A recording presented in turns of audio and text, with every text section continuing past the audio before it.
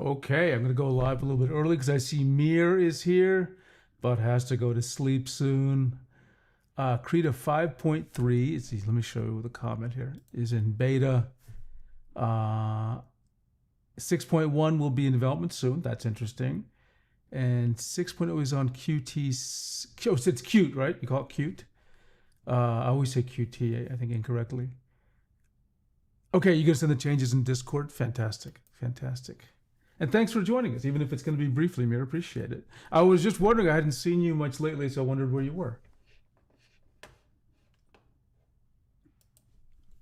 Oh, wow. Well, it's a Thursday, and I just felt the urge to go online. So it's not been too busy in terms of news, but there are a few things I wanted to discuss.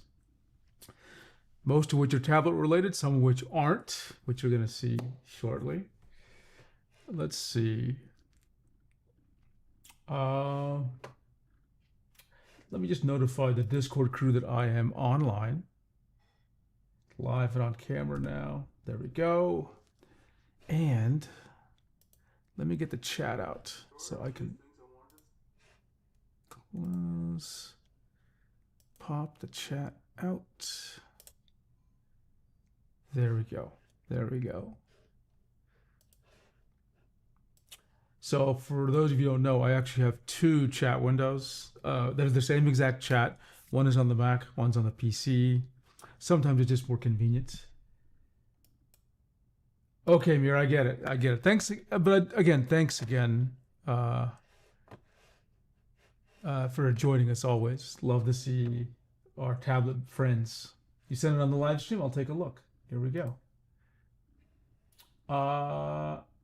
You said read this first, so I'm going to read that first. I'll bring it up on the chat window. 5.3 release notes. What do we got? What do we got? Okay. What do I want to do here? I want this, I think. Yeah. Oh, it's got the release notes for both. Several years in the making. Interesting. Long anticipated. Text tool and object tool. I know what the text tool is. They say they've been completely rewritten. Let me zoom it in a little bit for those of you who can't maybe see it quite as well. There we go. So I'm reading this part. Ton of improvements. Gap closing for the fill tool. That's useful. Selection toolbar. That's useful. I mean, I love the selection toolbar in Clip. That I use selections all the time. All new knife tool. I don't think I've ever used the knife tool. I'm not even entirely sure what it is. That's right. This is also release of Krita 6. Krita 6 is our Qt 6 port of Krita. When you build Krita 5.3 with Qt 5, you get 5.3. When you build a Qt 6, okay, interesting. But support for Qt 6 isn't the only thing Krita 6 brings. It also brings Linux Wayland support. And as I always say, when Wayland comes up, every time I see it, I think of Aliens and Wayland Yutani. So it has a kind of sinister feel for me. In particular, a full-featured implementation of the Wayland Color Management Protocol. This brings HDR support to the Linux version of Krita. Okay, good. I don't use HDR, but I know some people, it's very important for them. Wayland Color Management support's very young. Looks... I'm not going to read that section because I really don't know fully what it means. On color management. Okay, I see. So it says beyond Wayland support, Krita 6 and Krita 5.3 share all the same features. Krita knife tool is for manga panel cutting. Okay, okay. I'll check it out. I'll check it out. So let's see. What do they do with the text tool? Warped.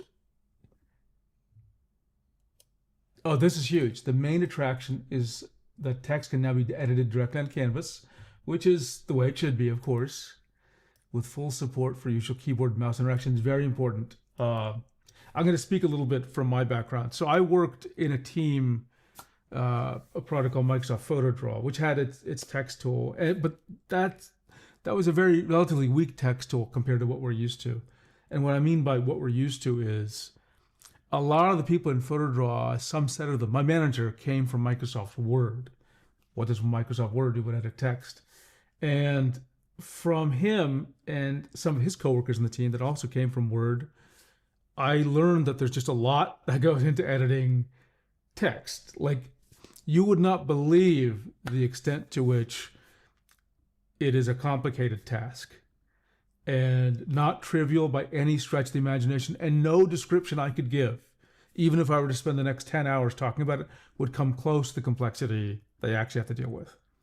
And what I mean to say here is that one part of what I mean to say is that users expect a lot when you see editable text. You would not believe what they expect to be true. Like, they expect certain weird, not weird, but just things they do when they're pressing the keys to behave a certain way. They've never thought about it because editing text feels so natural, but they expect it in every place where they edit text. One of those is, of course, editing text where it is and not in a separate box. So I'm very happy about this. But it's super important when they say with full support for usual keyboard and mouse interactions, because people do not realize how much they depend on that usual, so-called normal, typical keyboard and mouse interaction. It's super important. Let's see.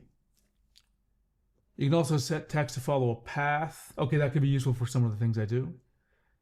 Text properties Docker allows you to style the text separate Docker. So it looks like there's a new Docker, right? You can select multiple text. Okay, this is good. This is good in case you have lots of properties. Wayland and X11 are known as Display Manager. X11 is buggy with multiple monitors. Wayland is modern, works good with multiple monitors, though it is still young. Thank you, Mir, for the extra context. And I'm going to disconnect one of my monitors here, so hopefully things don't go completely crazy. Let's see if that works. Okay. There we go. Which is why most people use X11. Got it. Got it. Got it.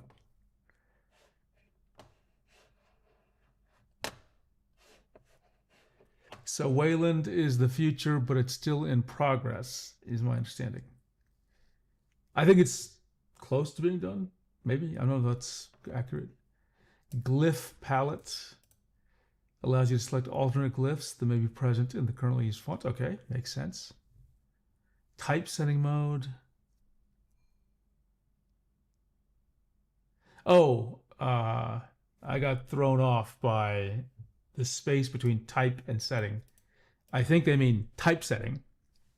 Let me just make sure you understand what I'm saying, because it can be confusing.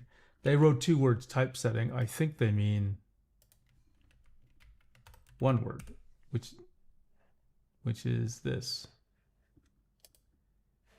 Typesetting is the composition of text for publication. That, I think they're saying typesetting. So it's just confusing that they've split this into two words here. The separate mode in text also provides control for edit, font size, baseline shift, line height, down at baseline, etc. Yeah. Hi, Random Dev Blogs. Thanks for joining us. Appreciate that you're here. As a side effect, vector shape editing is now a little faster, and select all, deselect all now work in all vector tools. We support SVG2 paint order property, which allows outlines to be drawn behind the text. Very important. So I think it's, they say we allow, which I guess means you can change it either way. Sometimes you want the outline on top of the text, sometimes you want it underneath. Knife tool, okay, this is what Mir mentioned. Split and merge vector objects quickly, making it easy to say out layouts for comics. Okay, this gives it a little additional context. Free transform bounding rotation box. Transform tool draws a direction of pixels. Oh, I think what this means is if you draw a shape, the bounding box sort of, it was always horizontal, it was always oriented to be orthogonal, or what do you call it? Like a box like this. If you rotated the shape, the bounding box would just still be that same orientation. It wouldn't rotate with the pixels.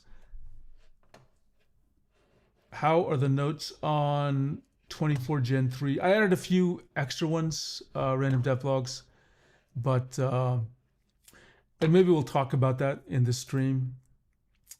There are two things that have come up. And there's some new data that came up, so we'll talk about that. But I did update the notes a little bit, and I think what we're realizing now, just to give you a quick summary, is the chief problem with the 24 Gen 3 is that the screen is a little soft. I'm not going to use the word blurry. I'm going to use it soft. In my opinion, it is softer than the Canvas Pro 19. And I think, on top of that effect of that softness, which is due to the etched glass, the fact that it's a larger display at 4K as opposed to the 19, so it's 19 inches at 4K versus 24 at 4K, a display that's 24 4K will look slightly softer just in general, even if you have, no etched glass, because the pixels are bigger. So that itself gives a little bit of softness to things. So I think people are going to use it and they're going to notice it. And I added some pictures to the notes I have for it. The second thing, and this is a discovery we just realized last week, Koyo brought it up to me in a DM, and then other people started noticing on the Discord, which is, let me put my face here, which is that we're seeing a weirdness in Huion's tilt compensation, and I'll try to explain it like this. So I test tilt compensation, but what I've been testing is if you tilt the pen like away from you or towards you or left or right, I've been looking at that, and the Huion tablets I have do pretty well, just like the Wacom ones. And someone noticed that if you're tilting both X and Y directions at the same time, that the tilt compensation isn't as good. And I verified this with the Canvas 13 Gen 3, and so I need to now do that with the Canvas Pro 19 and the Canvas Pro 24 Gen 3, because it looks like, I can't say all Huion tablets, but maybe these Gen 3s, it could be earlier ones as well, that when you're tilting in both directions, that their algorithm doesn't quite compensate correctly. And it's noticeable. It's not a slight change. It's very noticeable. And I might be able to demonstrate that for you actually in this stream. So this raises our next, so the softness and this tilt compensation raise our next topic, which I think we need to discuss, which is, in my tier list, I put the Canvas Pro 19 and I put the Canvas Pro 19 in S tier. That was met with some resistance, but I felt at the time that was correct.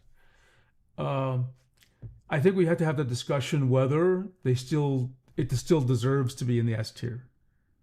Maybe the Canvas Pro 19 doesn't have this specific tilt compensation problem, but if the point is anything that does have that tilt compensation problem might have to go down to the A tier.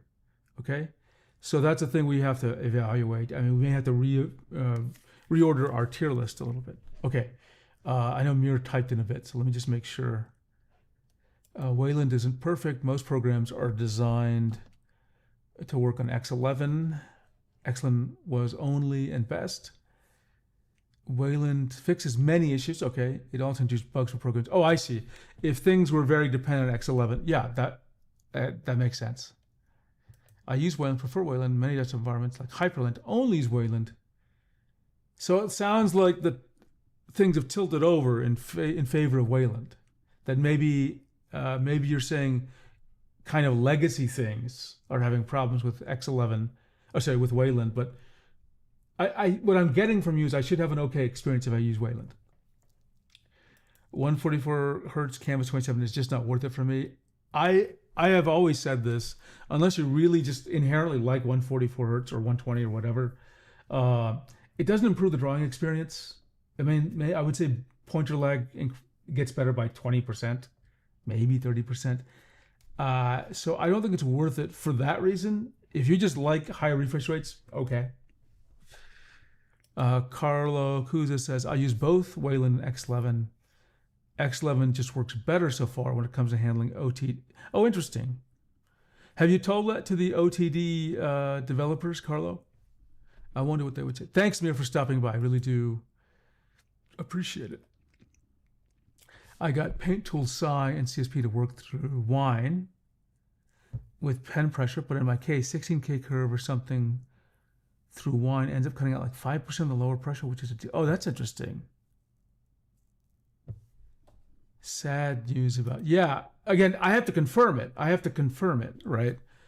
And this leads me, and I'll discuss this more later in the stream. I'm trying to invent, this is so confusing.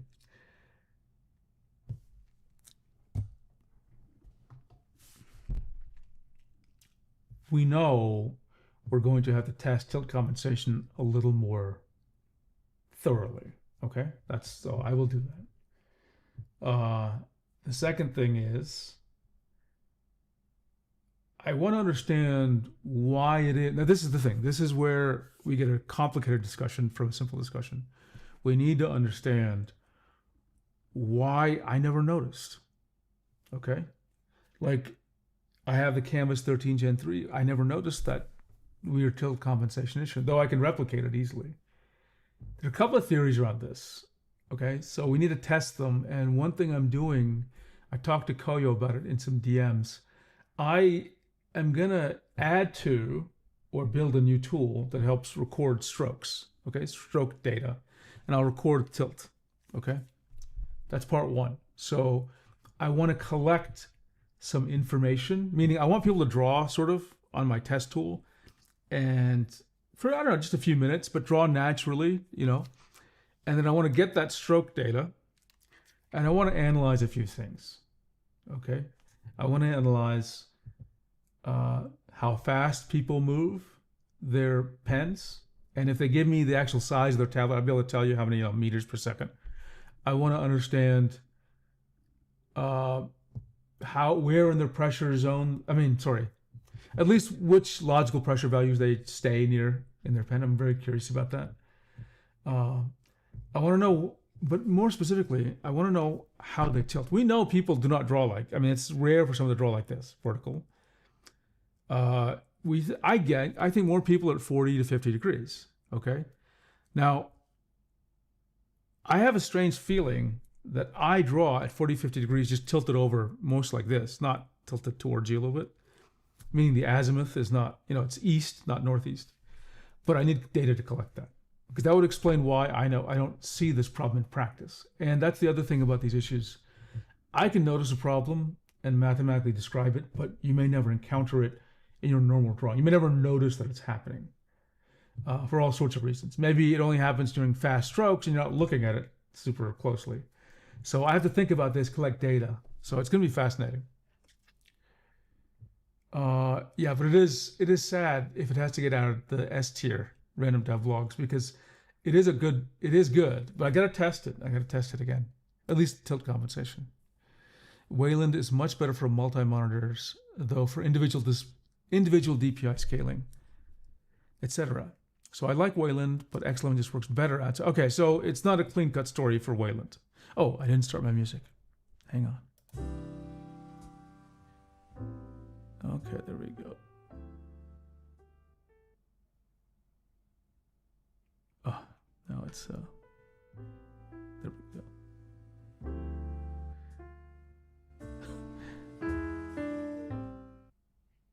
It's so funny. The music thing it's like on a delay. So as I move it, there we go. I think this is decent. Okay. Most of it's due to me not having 40 series NVIDIA, though, which is not like Wayland. Oh, interesting.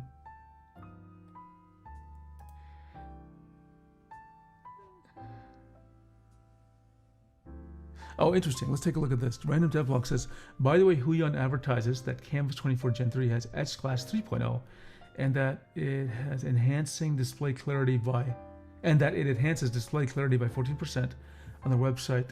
Older 19 and 27 use Edge Class 2.0, but they are clearer, it seems. Yeah, we got to take a look at it. I have photos. I'll show the photos here. Give me a second. I think I have some of them anyway. Let's see. PowerPoint. KP. Yeah, here we go. Here we go. On the left is, sorry, this didn't do the right thing.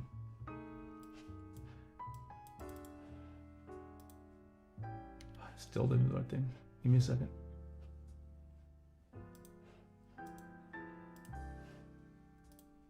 There we go. On the left is the new 24 Gen 3. On the right is the old 24 Gen 3. It's GT2401. You can't see the one. It's pretty obvious. The one on the right is clearer. And this is, the camera is focused on those chevrons. So there is no like, the camera is focused on the wrong depth or something. The one on the right is definitely clearer. The pixels are more obvious. And I would say, don't look at color. Don't look at color. Just talk about, softness. On the right, you will notice there is more anti-glare sparkle. So this is the trade-off. Now, Wacom does the best at this. They are relatively sharp and they don't have much anti-glare sparkle. So this is still something Huion has to work on. So maybe their new Edge Class 3.0 went a little too much into the anti-glare part. Or into the dispersion of light, which is causing some softness.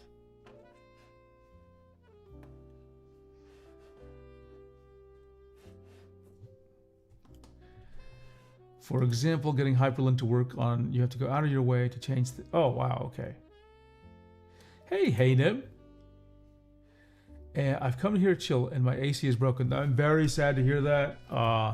As a creature now of Seattle weather, I want it 60 degrees all the time. So I know, but the good news for me, I'm in general feeling colder, which I'm going to talk about in a second, why I'm feeling colder. But give me a second. I got to set up my Discord. This is a topic I've been wanting to talk about. Okay, so I started streaming December 8th of 2024. So it's now just over a year. So I want to show you a little picture of me on December 24th and toward the end of January 2026. And of course now you're seeing me in February. Okay, so give me a second. And let's bring this out. Okay, you ready? You ready? Okay, that's me in December 2024, and this is me in January 2026. So now I'm in February. So does anyone notice anything? Anything like, well, I'll tell you what you should notice is that I am 50 pounds lighter than I was in December of 2024. So, I'm not saying I'm definitely not thin. I've still got quite a way to go, but I think you can agree. I definitely look healthier. I definitely feel healthier. That's, and as a consequence of losing some of my weight, I'm actually colder. In fact, I'm wearing, this is actually not a shirt. This is actually what they call thermal underwear, just because I'm a little colder. And I've got a t-shirt on underneath it. And I go to bed with a sweater and sometimes another shirt because I'm just colder. I'm not used to being this thin. Now, so this is part one. And through the years, my weight has fluctuated. So I'm going to show you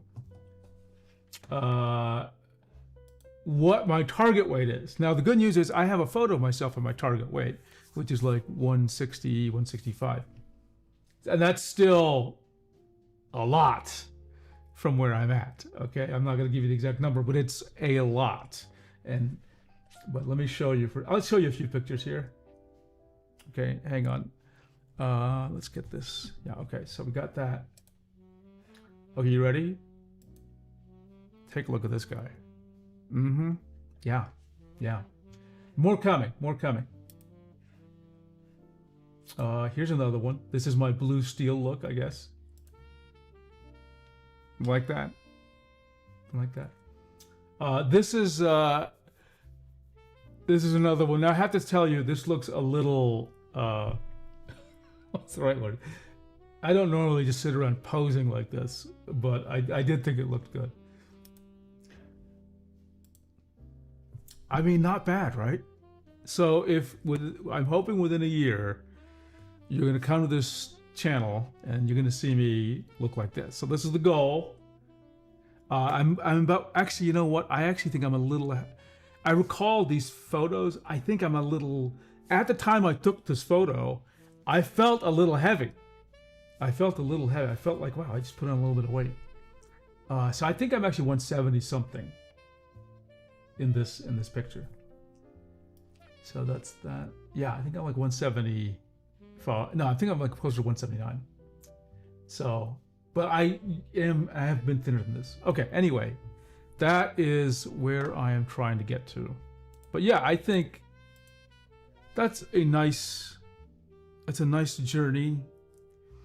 And I credit my doctor for helping me and my nutritionist. So definitely feels better. Definitely feels better. So I just want to share that. Okay, let's take a look at the chat. Pointer lag is also heavily influenced by the app. Yes, Carlo, it is. For example, even on Windows Basic, Clip Studio Paint. Oh, I don't have my... have a lot of pointer lag compared to Rebel 7 or Versailles.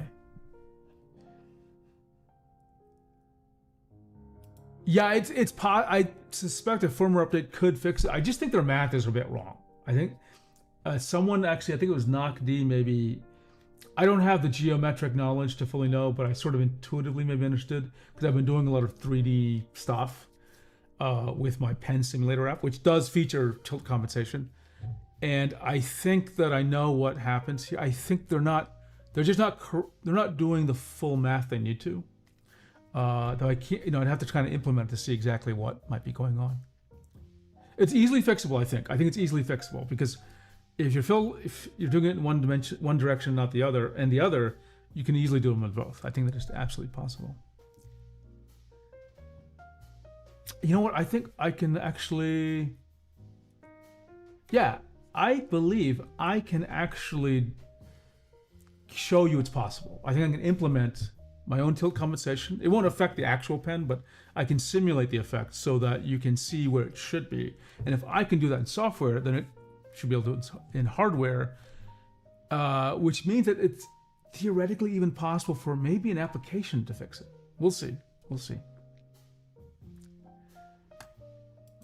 On that end, big brushes with complex textures all work fast on Psy V2. I'm generally even more angry how yeah, I don't use super big brushes with CSP except for the airbrush, and then it's only like 500 maybe. Oh, I forgot Psy is a single developer. Yeah, it is impressive.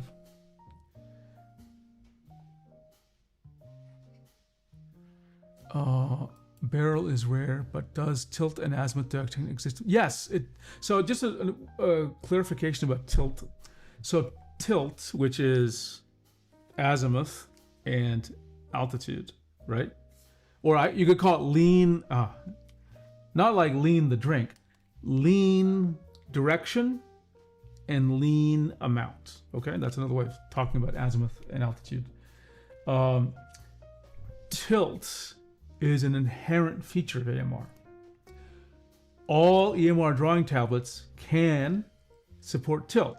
Some choose to not do it. Another way I express this, that tilt is actually for free. You don't need, when you detect the position of the pen, you already have the hardware to detect the tilt, okay? So it's a natural consequence of how EMR pens work, EMR tablets work. So all tablets inherently, all EMR tablets have the hardware to detect tilt. Some tablets, I think in the firmware, they may turn off the tilt, or maybe they do it in the driver, but it's a choice. Now, almost everybody will support tilt and azimuth, except Wacom with some of their consumer tablets and Huion with their Frago S. They do it in the Frago M. But yeah, almost every tablet you can find on the market supports tilt, amount and altitude and azimuth. What was the sad news about Canvas 19? Okay, yeah, EF5 Iris. I'll explain. So the issue is in tilt compensation, what we were just talking about. Someone knows with the Canvas, so there's two problems. Let me talk with the new Discovery, and we'll talk with the old Discovery. With the Canvas 19 Gen 3, we discovered that tilt compensation is great when you're tilting directly north and east and south and west. But when you're tilting at northeast, then tilt compensation is way off, and I'll demonstrate that. I need to test in Canvas Pro 19 and Canvas Pro 24 Gen 3 if they have the same problem. So that's problem number one. Wacom does not have this problem. I can show it to you right now in a minute. Number two is there was some softness on the pixels on the Canvas Pro Gen 3, and now people are asking me, the Discord crew, I guess you could say, some of us are thinking maybe the Canvas Pro 19 should be moved from the S tier to the A tier if the tilt compensation issues are there. And I think that's a fair comment, because it's hard to say that's S tier drawing experience if it's not compensating for tilt correctly. Okay? That's the sad news. Now, it's still a good tablet. I don't notice the tilt problems. I got to measure them. So I still recommend the tablet, but it is an issue, I think especially if you're looking for the problem. A lot of people don't look for the problem and they might not notice. Yeah, barrel rotation requires special hardware. That is not a trivial thing to do. Thank you, Christopher Farrell. Thank you. The glass has changed. Yeah. When I get my contacts in, I have contacts, I just don't wear them. Thank you, Carlo. I need to get some more muscle to make me warm. Yes, I do. I'll be honest with you. As I got heavier, I did not feel good working out, and part of that was just I got tired really easily at my heaviest weight. Walking around the neighborhood. I'm kind of like a little bit of a slightly a hilly area. It kind of really winded me. I was having a hard time walking. My joints ached, and when I was, when you saw me in those photos, when I'm really thin, I had a desire to work out a lot. Okay, I would go to the gym before I would go to this happened multiple days a week. So I had played ice hockey 3 times a week. I would go to the gym before that and then drive to play ice hockey. And that happened a lot. But I think it'll become easier for me to want to exercise and grow some of that muscle back. I still retain a lot of muscle from I didn't lose actually that much,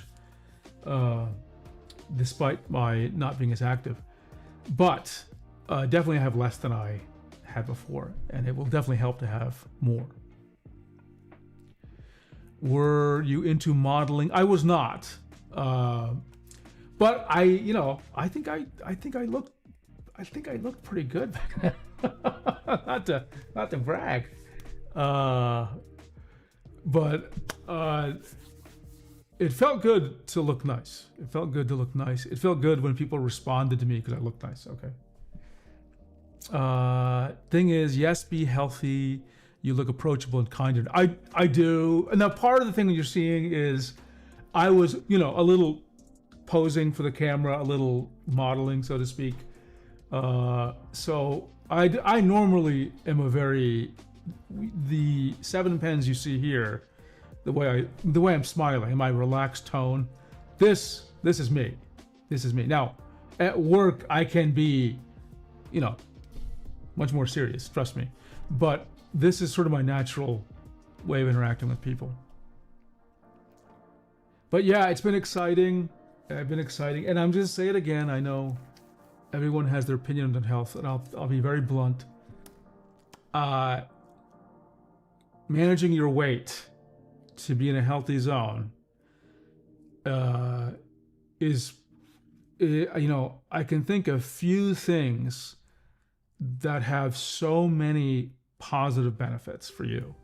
Not just immediate benefits, but long-term health benefits. And it is an important thing. Now, obesity rates in the United States have been growing. Actually, I heard they declined this past year, interestingly, for some interesting reasons. But it's a thing we're going to have to deal with as a planet because the health impacts and the cost impacts are so tremendous. Cost meaning, literally the cost of healthcare, on top of the psychological and just physical costs. So I regret I waited so long to sort of address these issues. And I'd recommend, if you're interested, take that journey. At least make a small step in that direction. The dividends pay off. Okay, let's see. That was my lecture on health and diet. Search Surya Namaskar. The single yoga exercise will help you get in shape and even body shape. Okay, I'll check it out. Max Matt, hey, good to see you. Good to see you. Give me a second. My throat is parched. I'm going to get some water. I'll be right back.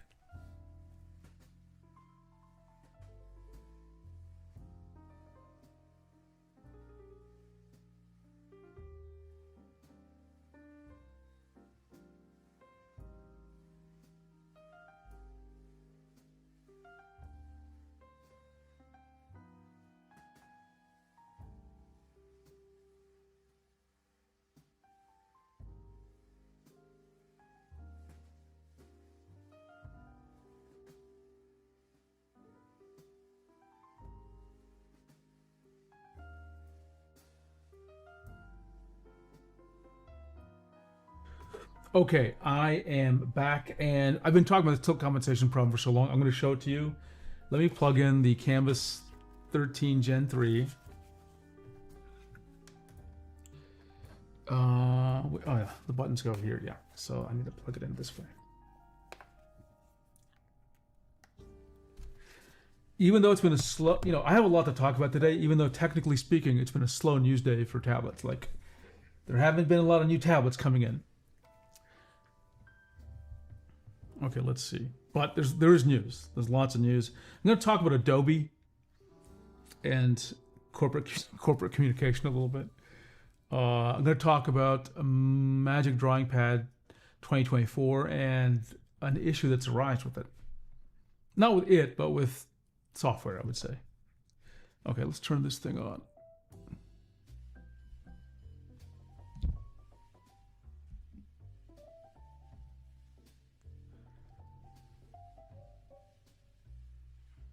Oh, try this again.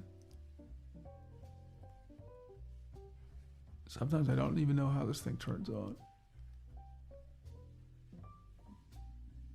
Come on, there we go. It's on now. Okay.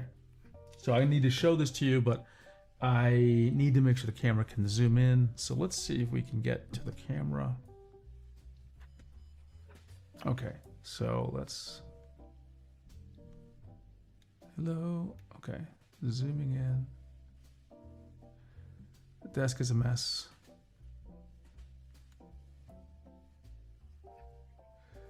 Okay, because I've got to zoom in for this one because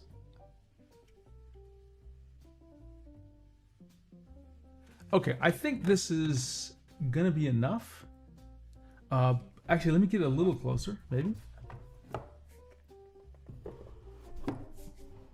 Okay, yeah, let me get a little closer. Okay, so here's the pen. Oops, wrong pen. That's a Wacom pen. I need a Huion pen. Okay, and why is it not drawing? It doesn't need to draw actually, but let's... Okay. Oh, and there's some other problem going on with my driver or something where I can't fully draw all the time. It's so weird. Which I need to debug, but that's okay. That's okay. And I don't even need Krita for this. I can actually just do this with the Windows desktop. And it's good if I show you the Windows desktop so you understand it's not specific to an app, okay? So let me close this. No, I don't want to save this. Close this, do not save. Okay. Okay, so, man, this is filthy. So let me show you, so this pen, I know for you it looks angled, but it's actually straight up and down. It's perpendicular to the screen, okay? Galvus, those issues are not, I'll show you the issues, but they're not solved. Okay, this pen is vertical. Now I'm gonna tell you from my eyes, I know you can't see it, so you're seeing a blue box, ignore that. That's just, I'm pressing down the desktop and it's selecting an area. So just ignore the blue. To my eyes, it doesn't matter if it's perfect. The point is, the pointer is where it is, and it's, relatively speaking, right underneath the tip, okay? Now, I am tilting, right? I'm tilting it north. North is like this, east is this way, west and south, okay? Watch what happens to the pointer. No. Remember, this is vertical. It is not tilted now, okay? You know what? Let me do one more thing. I'm going to increase I'm going to change it to manual focus so that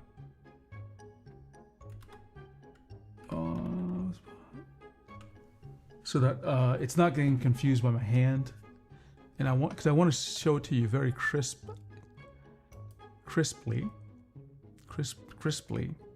I want the pixels to be crisp. Okay, where's that thing? There we go. Okay.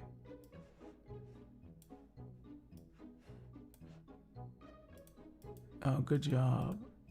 Connect. Sorry, I gotta do a little bit of... Okay, it found it. I know you're not seeing anything. What I want to do is just put something here. Good, I can see that. See, it's bouncing because of the autofocus, so I'm just gonna turn off the autofocus, actually. Image.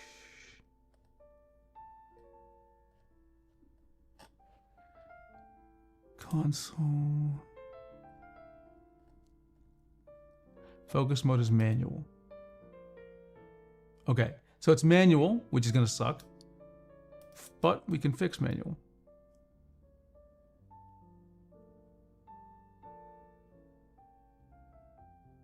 Okay, and that's pretty good. It's not gonna jitter around too much. And I'm gonna change the exposure just a little bit, maybe. That's not, I think I'm just gonna leave it where it was. Okay, so here's my, yeah, there we go. So, now this is vertical. Now watch what happens when I tilt north. Okay, now,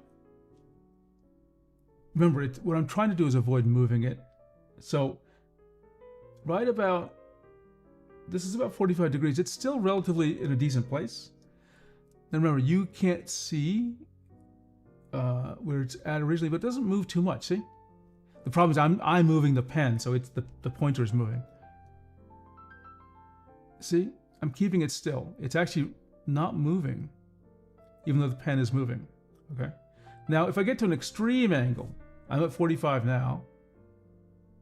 Like if I get down to 60, which is a crazy value, yeah, it's gonna go away, okay? But that's normal. They have problems at extreme angles, they can't do it well. But at 40, 45, 50, it should be fine. Beyond 60, it's a problem, of course. Now let's do east, okay? So now it's vertical, and I tilt east. You see, it didn't really change its position. Even if the position was inaccurate in the first place, the point is it didn't change as I tilted. Now, what about west? You see, it didn't change, right? It's very stable. Now let's do south, okay? This is a hard one to show you because of, well, I won't flip it upside down, but you'll get the idea. You see, it didn't really move. As long as I don't move the pen, it doesn't move, okay? Or it moves with the pen very closely. So that's fantastic. Now, let's see what happens with northeast. You see, there was a little movement there, right? You see right there? Now this is about 50 degrees. It's not 60. It moved a little bit more than you might expect. Okay, now of course if I get to a little bit more, and I don't know what angle I'm at right now, you can see it. Now the question is, how much am I tilting? It could be, this is I think 60, but this seems to be under 60. So now the question is this bad or good or whatever? We need to qualify it. What about southeast? Southeast, do I notice it? Not as much. Sorry, you can't see it. What about southwest? Oops, sorry, I clicked. I know it's hard because I have a hard problem moving it. So on some angles, we see the motion, like on northeast I do, right? You can see clearly there's a difference, even though here it doesn't seem that way. So is it being compensated enough? Is it not being compensated where it should be? We got to figure this out. It's too early to tell. It's too early to tell. So I need to look at this, and I'm devising, how can I explain this? I want to devise a test for this, okay?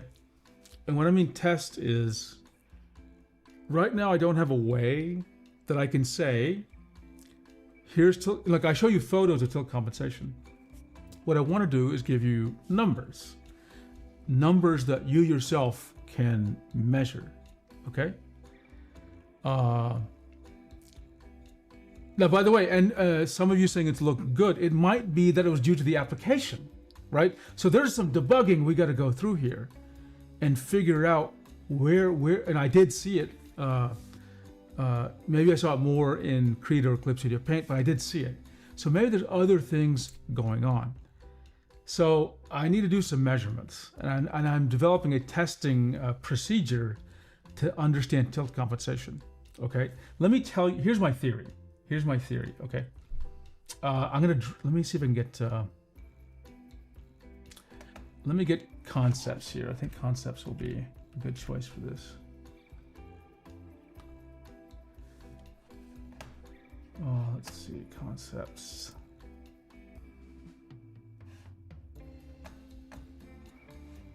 Now, Carlo, you say something really interesting, which is a good point. On some level, this type of offset happening, those extreme angles could probably help and feel natural when looking at the tip of your pen when actually drawing. That's another important point. Not all displacement is bad. Some people actually deliberately create displacement because they like seeing where the pixel's actually being drawn, not the tip of the pen, right? I don't like doing that, but I get it. Sometimes it is kind of actually very useful. Maybe the nib length is involved here. So yeah, random devlogs, you've tried it with the S Pen, you know, some movement. So the problem is, you notice it's hard for me to keep the pens, you know, this glass, all glass like this on these tablets is slippery. It's hard to rotate the pen and keep the tip where you think it's supposed to be. Even physically, you know, you're touching a different bit of the nib. So let me tell you my idea. Okay? And this is how to collect numbers for tilt compensation, okay? Okay, so it would be something like this. Let me, how do I do this? Okay, you know what? I'm gonna show you the screen and I'm gonna configure the Huion to use my Canvas 13 as a pen tablet. I'm gonna tell it, I'm gonna draw my Canvas 13, but you're gonna see it on the screen. Watch this, working area. This is sometimes a weird thing you can do with pen displays. So the display is on, but it's like I'm ignoring what's on the screen. It's actually moving now, the cursor up here. So I'm using it like an Intuos, okay? So here's my idea. I'm gonna have an app, okay? Could be a web app, who knows, okay? And it's gonna tell you, it's gonna draw like an X, okay? And I'm gonna draw a really big pen, okay? And it's gonna say, for you, like visually, at your normal drawing angle with your hand, put the pen such that the nib, sorry, I know it's a really crappy, the nib appears right on top of that, the middle of the X, okay? And now it is going to, now let's, for the sake of argument, say that the tracking is not perfect. So it doesn't need to be. It doesn't need to, because we're not trying to figure out tracking accuracy. We're trying to figure out tilt compensation. So let's say it's inaccurate. And so the pointer is always, when you're tilting here, it is actually really far away. The pointer's over here, okay? So it's going to remember that for you, visually here is displaced by, let's just say, 5, 0. This is the displacement, the delta, okay? 5 pixels to the right, 0 up and down, okay? Let's just keep it there. Then, and this is going to be a vertical pen. Sorry, I should have drawn it vertical. So this is vertical pen. Oh, not yeah, sorry, let me back up. Forget that. Let's say it's your natural hand position, okay? Natural for a second. And then it's going to tell you at that same position, tilt the pen, let's just say completely north, right? So do it like this. Okay, so the nib is touching it. So physically the nib is touching what you perceive as the middle. And then it's going to check where this pointer is. For the sake of the argument, let's just say it's a little bit off. Okay, so now the delta is 5 and -2. Okay, so I want you to repeat this process sort of for this angle, this angle, this angle, this angle, this angle, this angle. I don't know, it's maybe I'm overcomplicating. I want to get a set of numbers like 5, -1, no, 3, 2, whatever. And I want to see basically, and you want to do it at multiple angles. So this might be a 30-degree tilt. We might also do it at a 60-degree tilt. So I could say if I say here's no displacement. At 30 degrees, this is going to be the 30-degree circle, we will see, this much delta here, this much delta here, this much delta here. You get my thing, right? It's like a map of displacement. And then at 60 degrees, how much do we see? Right? So I don't know. Maybe I'm overcomplicating this. I'm thinking about a way of collecting data about tilt compensation so I don't have to just show you pictures which are confusing. We also need to deal with the issue of natural versus sort of like, meaning natural position versus like, perfectly perpendicular, right? Like no one draws perpendicularly, and yet that would be the way to test it perfectly, right? Anyway, you get what I'm going for, I hope. If you have ideas, let me know. Okay, let's see. So, I don't want to take anything off the S tier quite yet because I haven't tested enough. I haven't even formulated my ideas yet about what I need to be doing. Okay, no additional comments there, but you get the idea. Okay, so let me find my show notes and take a drink of water.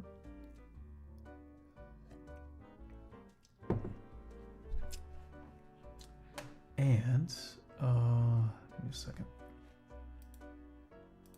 There's so much to talk about today. Again, let's see, show notes.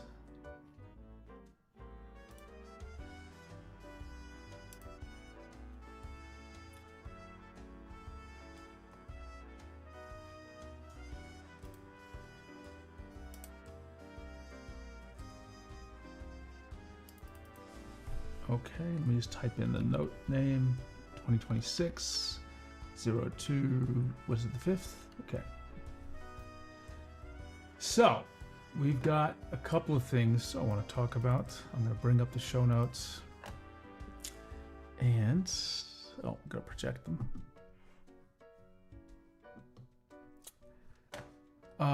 And these are a collection of things. So this was interesting, actually. This is a post on X, which I want to bring up.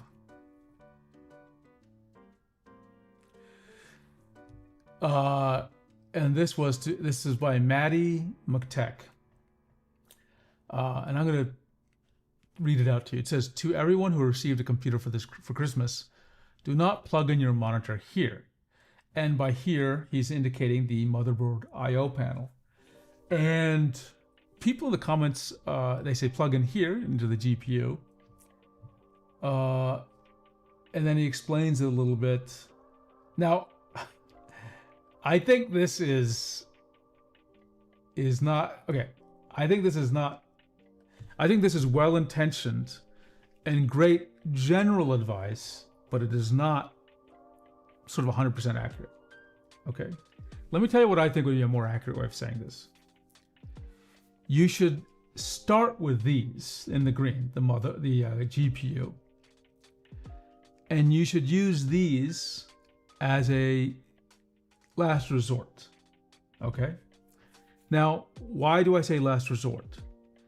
Number one, they may not work for all sorts of reasons. Sometimes those ports are disabled.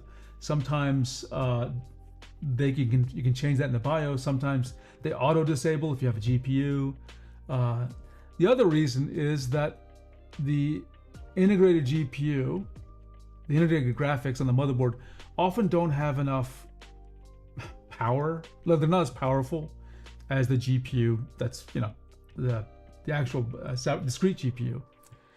And the third is, and please correct me if I'm wrong, there's another cost to using the integrated GPU in that the CPU and the integrated GPU share memory. So you're giving up a little bit of memory to deal with the frame buffer or whatever for that integrated GPU. So there are plausible reasons not to use it. However, it's not bad if you do. If it works, it works. It's definitely sometimes, there are cases where it will work, absolutely. I've seen a lot of people on the internet say, oh, these ports, literally I've seen posts on Reddit say, oh, since 2000 something, these ports never work. Literally, they say never work. And I'm like, that's not true. I have many PCs around me that are desktop PCs where the integrated motherboard graphics do in fact work. Definitely some do not, but absolutely lots do. Probability wise, I don't know. Like how many or do and don't, have no idea. So it's worth a try if you have to. And sometimes it's useful. It is very useful. And they're not necessarily bad, especially on mini PCs. And I guess maybe modern motherboards. Some of these iGPUs are actually pretty good, right? Now, I wouldn't game on them, but yeah, I think this is well-intentioned advice, but it's not accurate. It's not fully accurate. I think it oversimplifies the problem. Yeah, Carlo, you raise another good point. There's one good reason for that, and I've done this before. I use it actually on another computer, which is an advanced scenario, which is a GPU pass-through, right? So in my case, I think we're talking about, there's a USB-C port here, and I have to connect the GPU to the motherboard with a display port, and that lets the video signal go through the USB-C port. So, it's a little more complicated situation than this post realizes. Yeah, random devlogs, if you're getting the Canvas Pro 27, please do let us know how the sharpness is. If you can't take photos, and if you can take photos comparing it to other things, and you maybe use that technique where I put something on the glass so the camera focused on that. Because if you focus on the pixels, weird stuff can happen.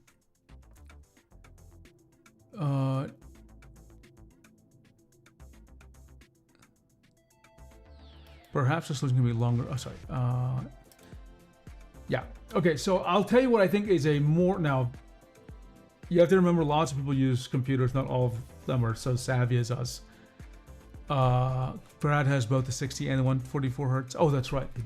He did review the 144 hertz. I'll tell you something that does get people confused. Okay. Now, I want you to know that this is a real thing. Okay. This is a real thing. And I'm actually going to add it to one of my guides, which is this. Okay. So here's a computer. Okay. Doesn't matter what ports are on it, actually. And here's a monitor. Okay. So a monitor. and this is a PC, let's say it's a PC. I'll give it a stand so you know it's a monitor. Okay, monitor. Okay, now the monitor is plugged into the PC with what? HDMI, of course. Okay. Now someone gets a pen display. So let's just say it's a Cintiq, right? But it's a pen display. And for the sake of the argument, let's say, there's an HDMI cord here. Okay? And people will notice, usually people only have one HDMI port. And some people, even if they don't have that, I have seen people do this. This happened at least once during the holidays. They plugged the HDMI of the pen display into the HDMI of the monitor, because monitors have often multiple HDMI ports. Okay? And these people are expecting somehow the video signal to, like, I don't know, be transmitted through this monitor, through HDMI to the pen display. Because for them, it's just it's just a physical thing. It's like, oh, this port has the same shape, let's plug it in. So this is, believe it or not, this is something that's people run into. And so if someone is having problems with a pen display, and if you're helping them, I would say, make sure you know if they're connecting the HDMI, double check that it's not connected to the monitor. Because some people, by the way, will respond to this. If you ask them, is your pen display connected to the computer? They'll say yes. Like literally, this is how they've connected. They will say it is connected to the computer because they believe it is. They believe you can draw, the cables are transitive this way. And you have to make sure and ask them, is it plugged into a port on the computer and not, for example, the monitor? Because this is a thing that occurs. So it's a follow-up for me to add this to my docs and my connectivity guides, because it does happen. It does happen. People do this. Okay. Next topic. Where is it?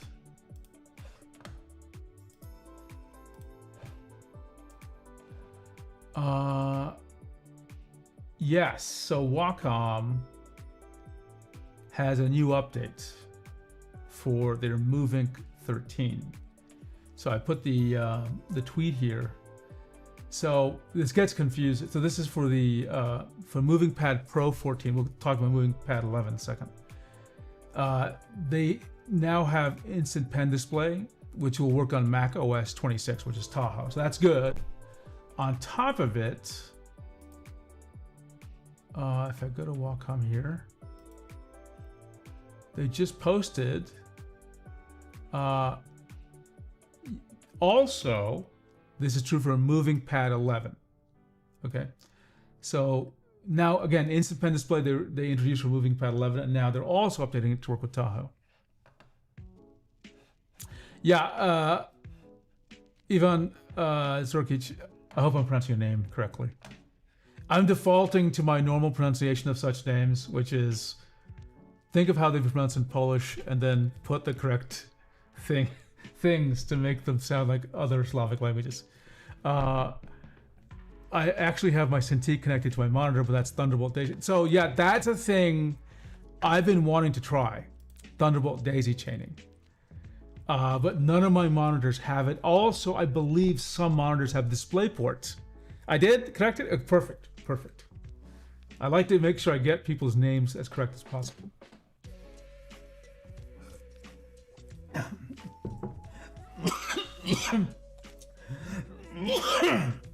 Sorry.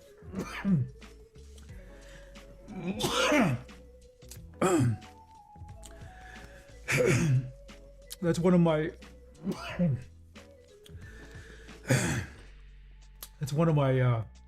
I studied Polish for about a year, and as a result, I habitually, if I see a name which I think is Slavic, I will end up trying to imagine what it would be pronounced, either in Czech or whatever. Especially in Czech, it's pretty easy to figure that out.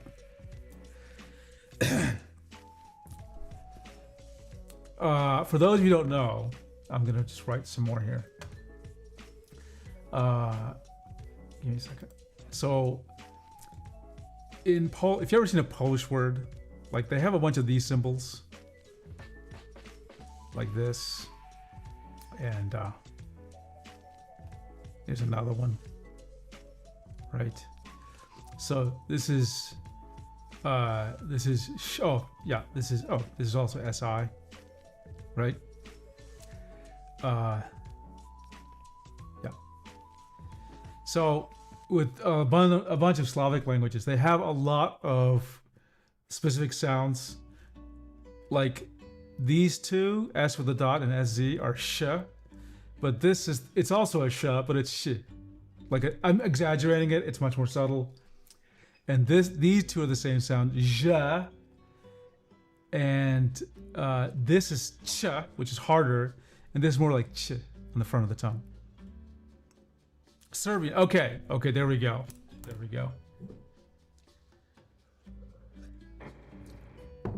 So if you, it's sort of what happened to me after I learned a little bit of Polish is I see other languages, I'm like, okay, I'll bet you, like his name has an IC at the end, I'll bet you that's an each, right?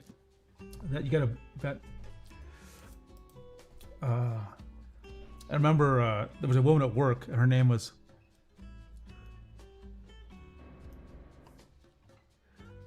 SZ, and so everyone just calls her Ursula. And I met her. I said she's got to be Polish. No, only a Polish person has SZ in their name. So I said, "Oh, nice to meet you, Ursula." And she was like, "Oh, how did you know how to say my name?" So a little bit of language learning goes a long way. There we go. It's written as a ch. Okay. Thank you, Ivan. Appreciate it. I love language. I need to get back to learning Polish. Okay, so good news for the MoveInk. Okay, I'm gonna skip past Adobe Animate. I will talk, but I have a lot to say about that actually. CSP4 Magic Drawing Pad 2024. So this caught my attention this morning, and this is an unfortunate thing. So let's just read what's going on here.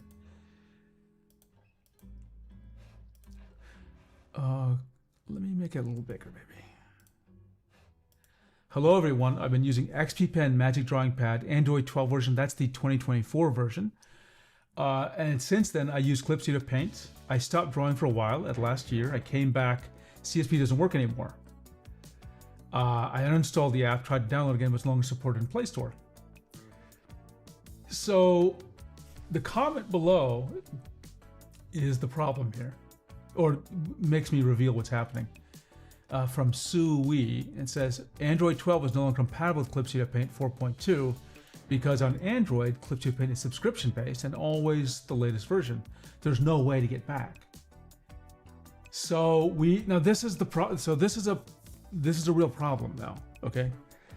And we've had a series of tablets now that have been released. XP Pen Magic Drawing Pad 2024, 25, the MoveInks, where they're either saying, oh, we will never upgrade to Android something, or they, in the MoveInk case, they are considering it. They said they're planning on it, don't know the timeline.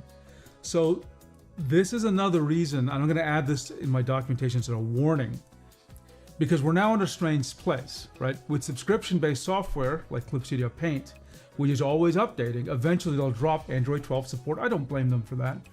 But it's, I can't say I'm very happy with the idea of someone having bought a tablet in 2024, and now you can't use your primary application with it, right? Because subscription updates are colliding with your Android devices not getting updated. So I think Clip Studio Paint is such an important. I have never recommended the Magic Drawing Pad 2024 edition, by the way. I've only ever recommended the 2025 edition.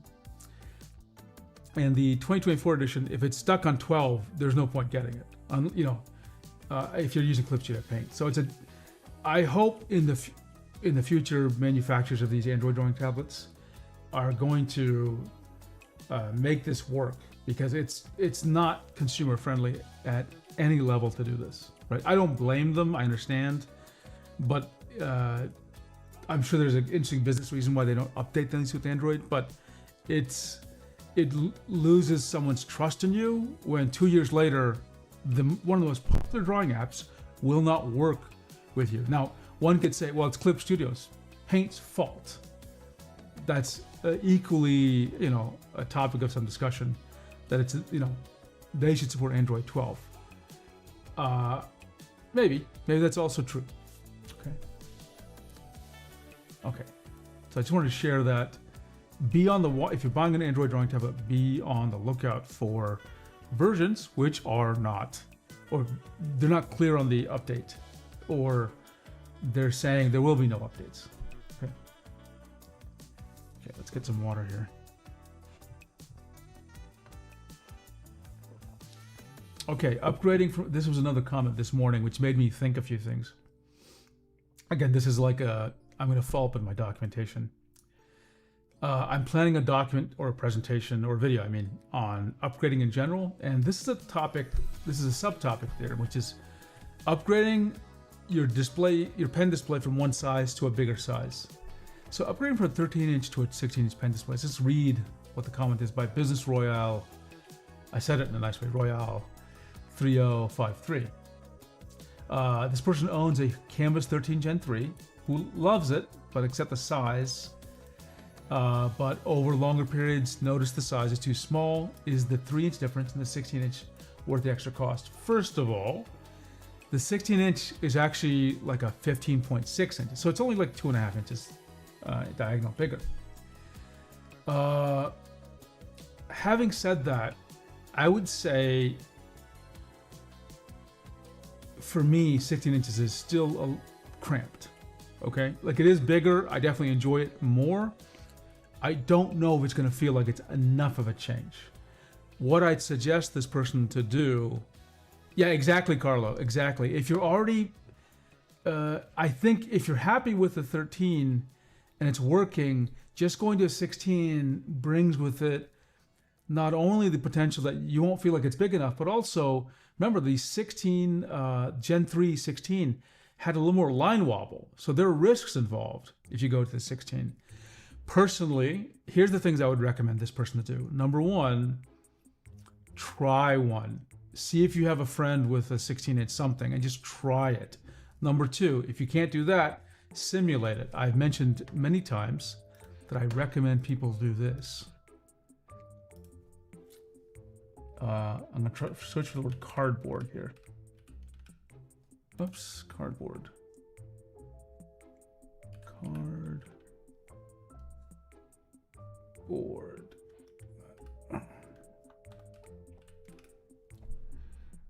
Simulating tablet size. So I say, find the dimensions and cut out some cardboard and just see what it'd be like. Just draw in the rectangle which corresponds to 16 inches and see it. Because you may discover it's not that big a difference. I personally think jumping up from 13 to 16 for me would not be enough. I would have to have it would have to be like it's 19 inches for it to feel like a different experience, right? There's all sorts of factors here. Carlo brings up UI density, for example. Now, let's see. Hey, Pat, you gotta tell me, because I always want to say Parrot Dev. I finally caught your live stream. Thanks for joining us. It is appreciated. Yeah, I agree. 19 is, I think, a better choice. Now remember, my favorite is 22 inches. Okay. And we are expecting a Huion 22 inch to come soon because they said so. They said that at CES.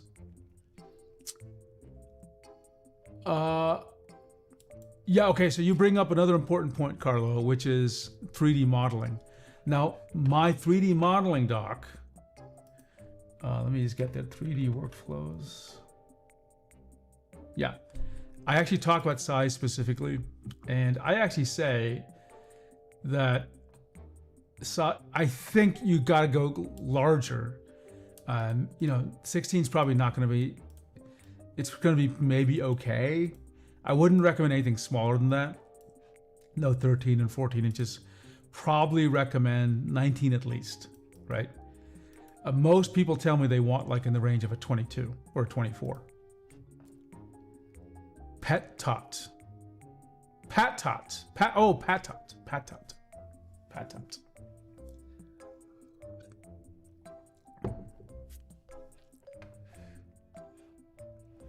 Oh, yeah, Carlo, that's a great one. A great comment there about the specific workspace size they use.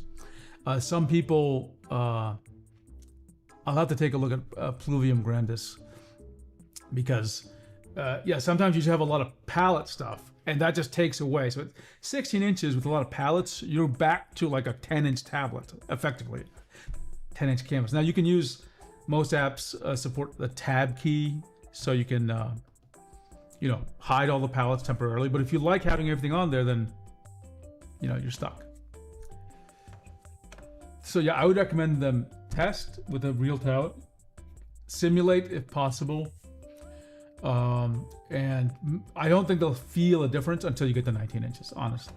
In other words, I think they'll like the 16 inches, but then pretty soon they'll have the same feeling about it. They'll be like, oh, I feel restricted a little bit. So that was my feedback there.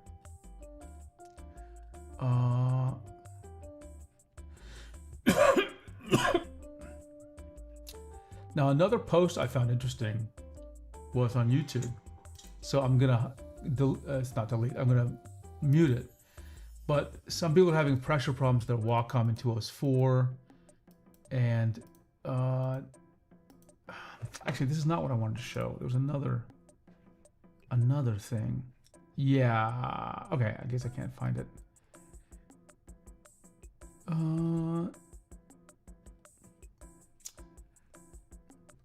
I did want to remind people about the Canvas 13 Gen 3 and 16 Gen 3 and the dials.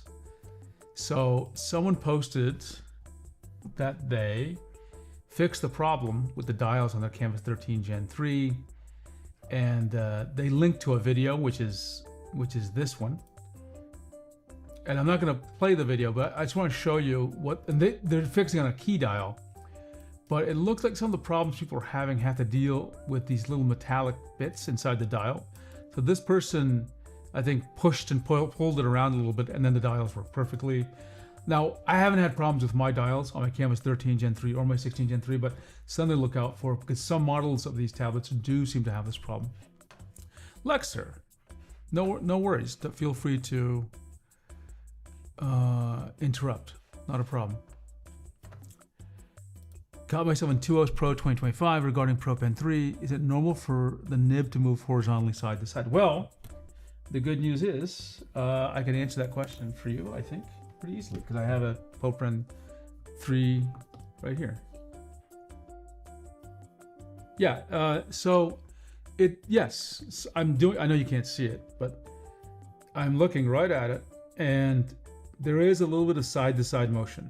Okay, like if I put my finger here, move it left and right, it's not a lot, but I can feel it. I can feel it sort of, shift to from one side of the barrel to the other, right? So that does happen.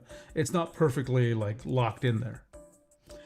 Now, when you're drawing, you're providing pressure on it, so it'll stay on one side.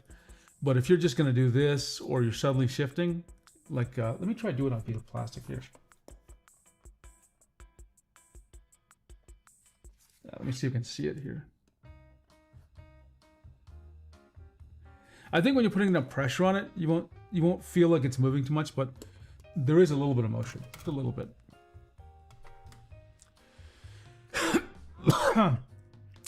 Lexer, can you link to your post, please? And I can compare it to what I see.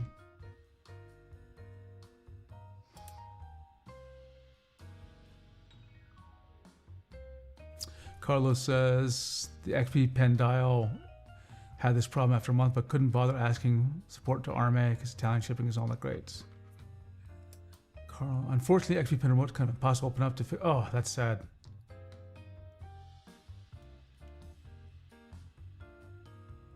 Okay, well, Lexer, fortunately for you, I can tell you right now because I've got these X3 Pro pens and the Huion pens with me. So let me try the PW.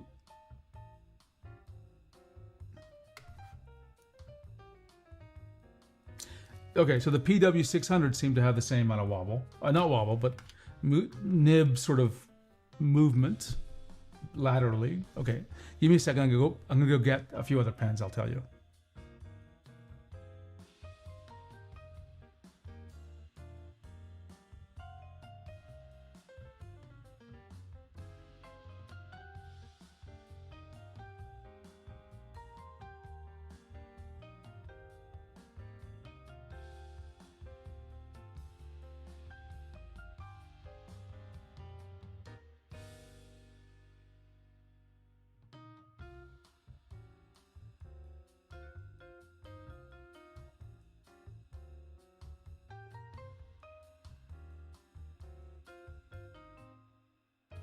Okay, so let me give you all the PW517 pens. I have 7 of them here. I'm going to tell you real quick, okay?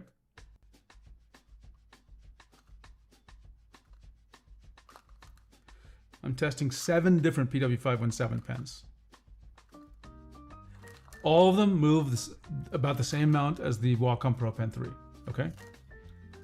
Now, what about the X3 Pro? I have 4, 5, 6, 7, 8, 9. I have 10 of them here. Okay, right now I'm gonna test them for you.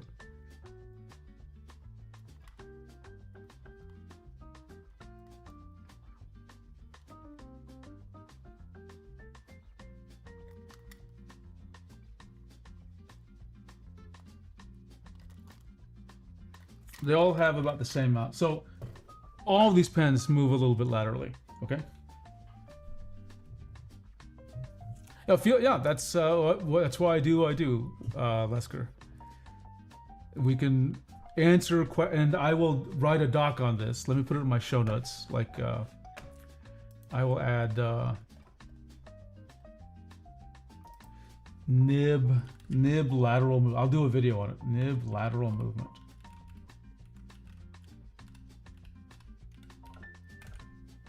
If you're seeing a crazy amount, that might be wild, but I don't see that. They all move a little bit. Again, when you're putting pressure on them, they stabilize. So they're holding them against one of the sides. So you don't get that usually when you're drawing. Patat says, what a creative way to flex. Nice. What was I going to say? But yeah, Lesker, can you, again, please link to, if you didn't already, please link to the, add the link in chat. And please join the Discord. If anyone doesn't know, the Discord is, where's the Discord? There we go. Actually, how many people are in the Discord now? Hang on. I wonder. I think we went over 1,000.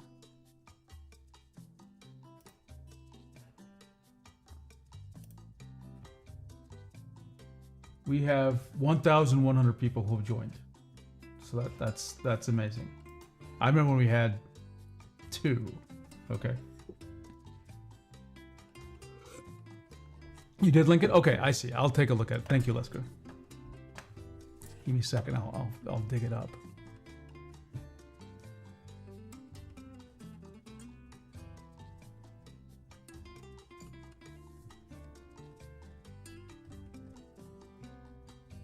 For some reason, I don't see it. Okay, I'll try to figure that out. I think when you pasted it, when you said here, somehow it was removed, and I don't know why. By YouTube. It's probably YouTube removing links. Can I prevent that?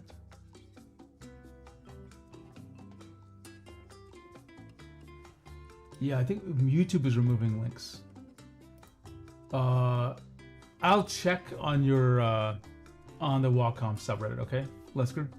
Or you can paste in the Discord. I'll check there too. Patot asked me, do I test tablets on all OS options or do you keep exclusive on Windows? I test them on Windows, though I do use them on Mac OS personally. The reason I test them on Windows is twofold. Number one, that's my primary thing I use. Number two, my testing tools are designed to run on Windows. The APIs to use pens are very different on Mac, and they don't do what I need them to do, and I'm not familiar with them. So it's easier for me to write tools on Windows, or sometimes I test them on Mac in the sense that I'm using a web-based tool, right? But if someone asks me to try something on Mac, I'm happy to try. But generally, I'm testing on Windows again because I know I'm more familiar with what to expect on Windows. I've not really seen any differences between tablet behavior in terms of like core drawing behavior on Windows and Mac. I've never seen any sort of accuracy changes or wobble changes or lag, pointer lag changes. They seem to be equivalent. You will see driver bugs. You know, you might see apps behave differently, but that's not the tablet, it's the app. And of course, Mac OS tends to break more with every Mac OS update for tablets, so that's another reason I just use Windows more regularly.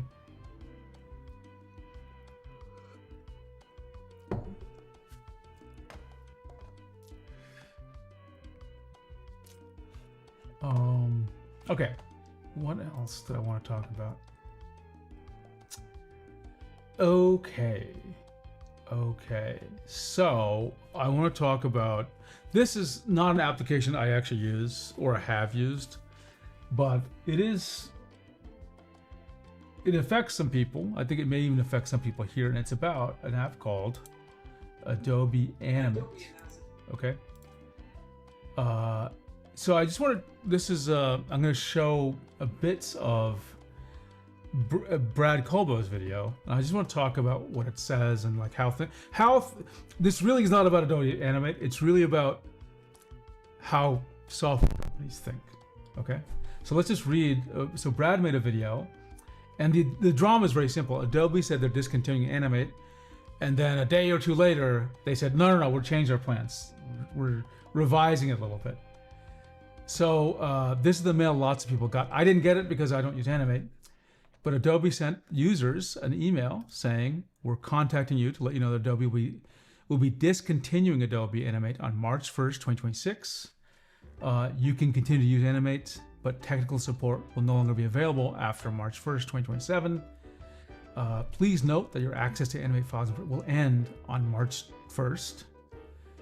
To ensure a smooth transition, we encourage you to export to other formats, etc.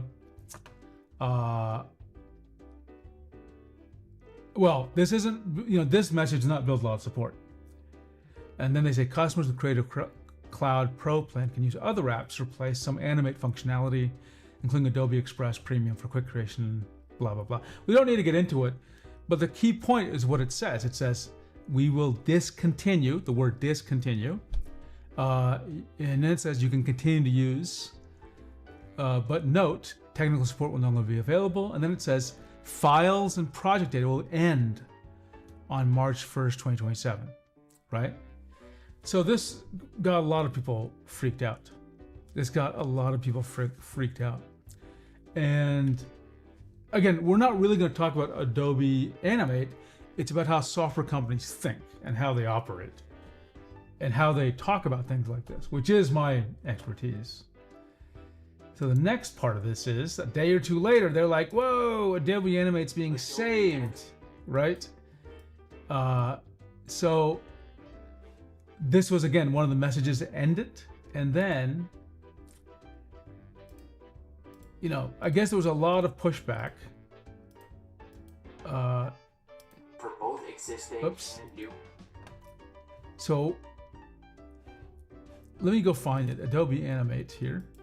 I think I have a link to the actual Reddit post somewhere. We'll find it. Hang on. Reddit.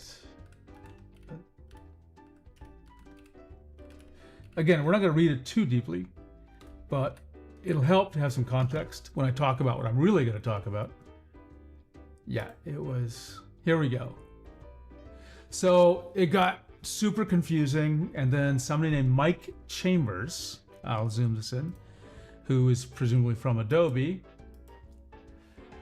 He works on the Adobe community team, and a longtime Flash Animate user. He says we mentioned a mail, and look what he says. on behalf of Adobe, I want to apologize. And he goes, an email will come out, but he's going to share a few things. He's clarifying standards for maintenance mode, changes to Adobe Animate and its status and commitments, so you always have access to content, right? So there he goes into what does it mean for being in maintenance mode. It says that applications will continue to be available. They'll continue to receive security and bug fixes, will not get new features. And if we decide to discontinue a product, we work closely with the community to ensure they have adequate time to plan in order to minimize disruption. And I think, I'll tell you right now, because I've been in Mike Chambers' shoes. Maybe not. Sometimes I've actually been the person to send an email like this. And sometimes I have been the person who, I didn't literally send the mail, but I was the person who formulated the overall strategy and response to deal with the situation, okay? Or not even deal with the situation. We were going to deprecate something, and I had to explain how we're going to tell people, reveal this to the world and our plan. So I have a lot of background on this. I just want to share a couple of things. First, it never feels good to, if you're a user, it never feels good to get an email like this, because you're like, it's panic-inducing. It makes you lose trust. It is the reality of the world. We'll talk a little bit more about what I mean by that. Does it increase your trust in Adobe? Well, the original mail, obviously not, because you can feel abandoned. After all, you're paying a lot. What are you getting?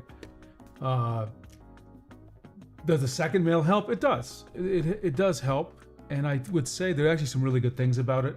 First of all, where is he? Some great things about this. He actually says his name. That's not always possible. Sometimes you'll see these things come out as from the, company team. Who is that, right? There are reasons that is done, but I actually like that he named himself.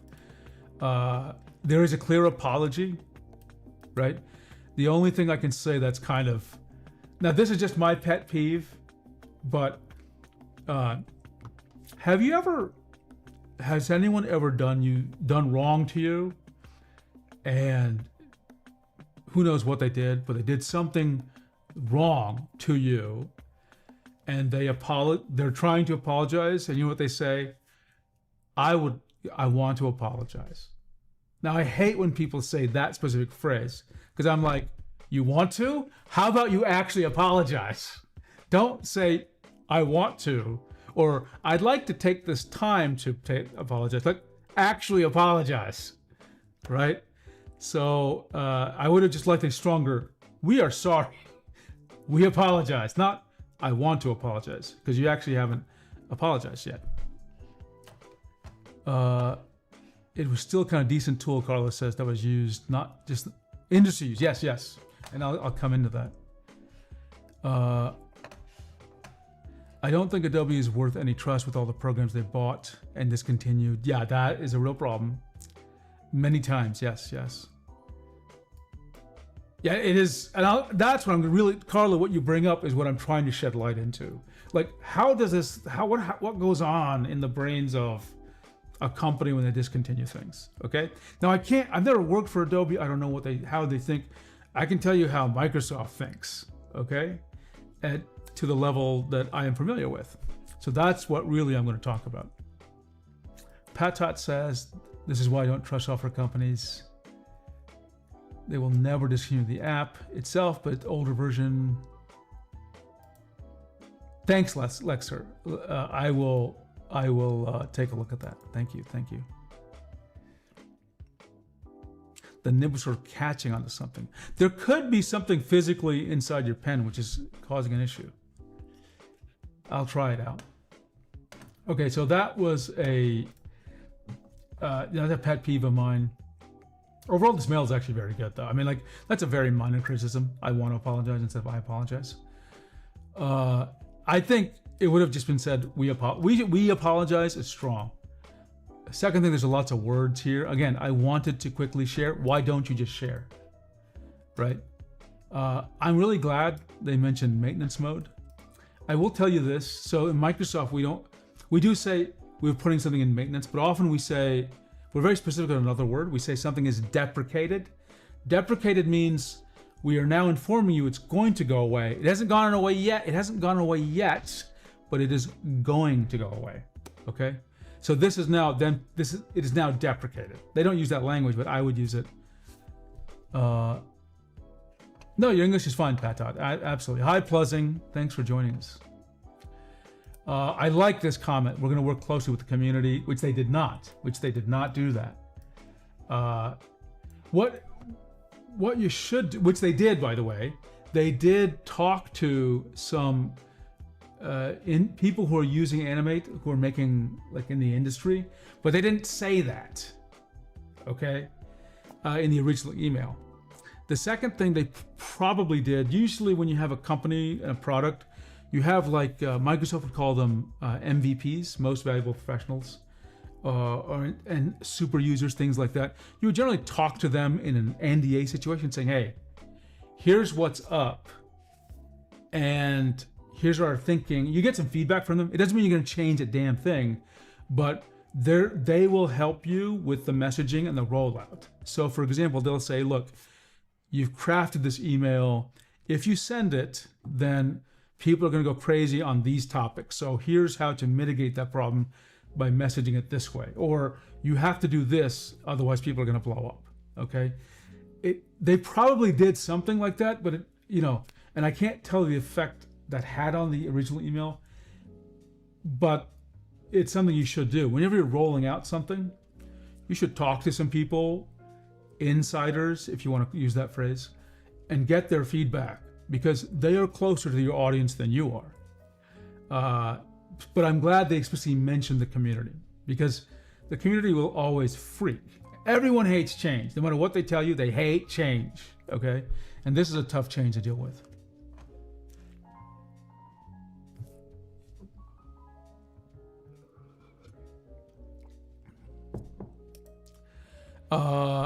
When they don't provide an end-of-life license check free version or something. Okay, so then we're going to get into that stuff. So I had some notes on this topic I wanted to share. Okay. And there's a couple of things people brought up either in Brad's video or he mentioned. So the first question a lot of people ask is this one. Let me, I don't think I need that. Oops, not like that, sorry. Is this it? Sorry, I'm trying to find the right. Okay, so why not? The first question is, hey, Adobe, that makes a lot of money. Why you're making money? Why not just let people keep on using the product? Just keep it out there, right? Well, and this is maybe a tip of the iceberg comment, but the reason they don't do that, why don't we do that? First of all, unless you worked in the software industry, you're probably not clear on how much work it is to keep the lights running, okay?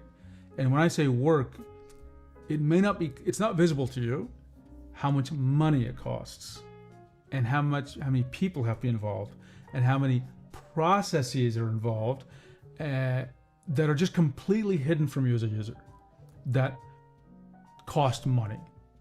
Now, I'm not saying they shouldn't spend that money. I'm just trying to explain to you their thinking, because what they see, what you perceive as, hey, it costs you nothing to keep some software available. They're like, no, it costs us a lot of money. And I'm going to tell you what that money is, at least some parts of it, okay? So, first of all, how can I say this?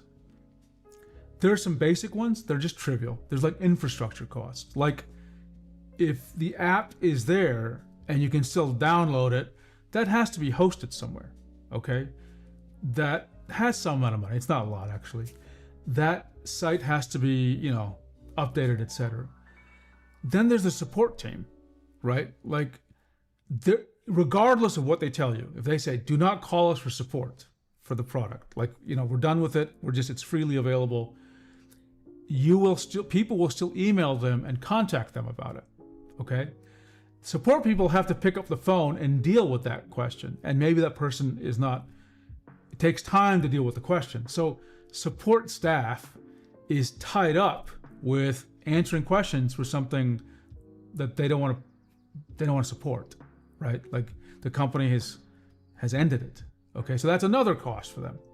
And remember, support is human beings, so human beings are expensive.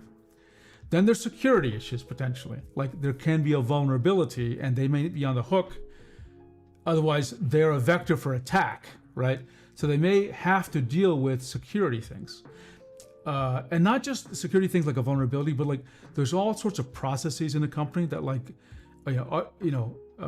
has your code been going through these processes? If you tell somebody, oh, we haven't touched this code in a year, but it's still out there for customers, another team in the company was like, hey, well, you have to audit that code. There's a new audit system. You have to audit every line of that code or something and verify something. Even though you're saying we're not touching it, you're subject to that security process, right? Then there are OS updates. As you know, Windows and Mac OS are, especially Windows these days, they are doing everything in their power to break old applications. That's an exaggeration. That's a joke. But then you're like, we gotta maybe fix that. It could be a security issue as well. So there's a real cost, and people don't realize some of those costs, right? Also, people still have to the documentation has to be there, right? So there's still work. You may not think of it as a big cost, but it does add up. And if you're an executive, it's also like, why am I spending money on this, right? Okay, let's see. Carla says, I do back-end work for Italian B2B company. Trust me, I've seen those 50 grand billings on cloud services and whatnot. I just think this type of business revenue. I agree with you, Carla. I agree with you. What I'm trying to say is only that I hate to say this phrase, bean counters, meaning the financial people, you might see these items of like, oh, we have this deprecated product freely available. We're spending I'm making up enough $50,000 on hosting and support. Why don't we just cut it? Like, who's using it? Who cares? It's bringing in nothing to us except goodwill, and who cares, right? So that's the thinking, okay? I'm not saying it's the right thinking or the wrong thing. I'm just giving you insight on how a large corporation thinks about it. Oh yeah, Alexa, yeah, it costs money to keep it working on different platforms, right? So there is cost. Just having some bits out there is a cost, and people think it's free. And yes, it might be more expensive than active development, but there is something that's cost, and anything that's a cost gets targeted in reviews. You understand? They'll always look at a list like, why are we spending this money again? Why are we spending this money again? And this pattern occurs. And I'll share another thought about these things in a minute, because I don't want to portray a large company as being the bad guy. There are actually good reasons why we think about stopping doing software. Okay, another question that comes up is, why don't you just open source the code? Right? You're not going to use it. It's old code. Just open source it. Put it on GitHub. Right?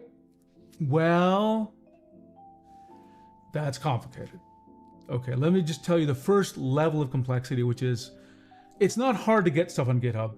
Okay, and Microsoft puts a lot of stuff on GitHub these days. But first of all, that code, every line of that code has to get reviewed.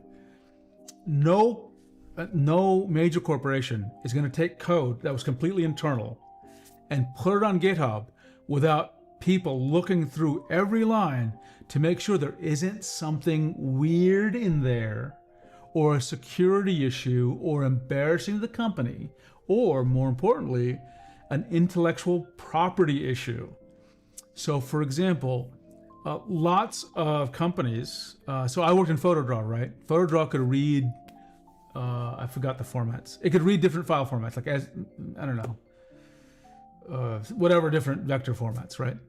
We didn't write that code.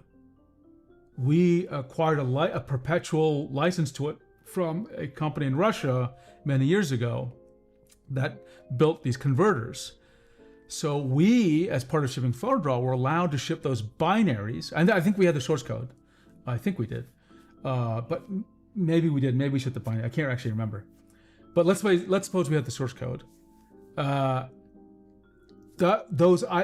agreement, the licensing, would not allow that code to get sent into GitHub. You understand? It's not licensed for Microsoft. You can't buy something for Microsoft's use and say, "Oh, we're going to put it on GitHub for everyone to have." That can't do that. That'll get you in trouble. That'll get you in real trouble. Let's see. Get some comments here. Open sourcing is probably the worst in that case. Yeah, ownership. Yeah, private libraries. There's another thing in that there are certain things. I'll give you all the reasons why the code has to get reviewed, right? Sometimes the code does stupid things. Okay? It just does bad things. And there might be a fear that reveals something that you wouldn't want a competitor to know about your infrastructure. So cloud companies don't want you to know how many machines they have, or at least they didn't. I still think they do. I worked in a cloud in Azure, in part of it anyway. We never wanted you to know how much data we had, right?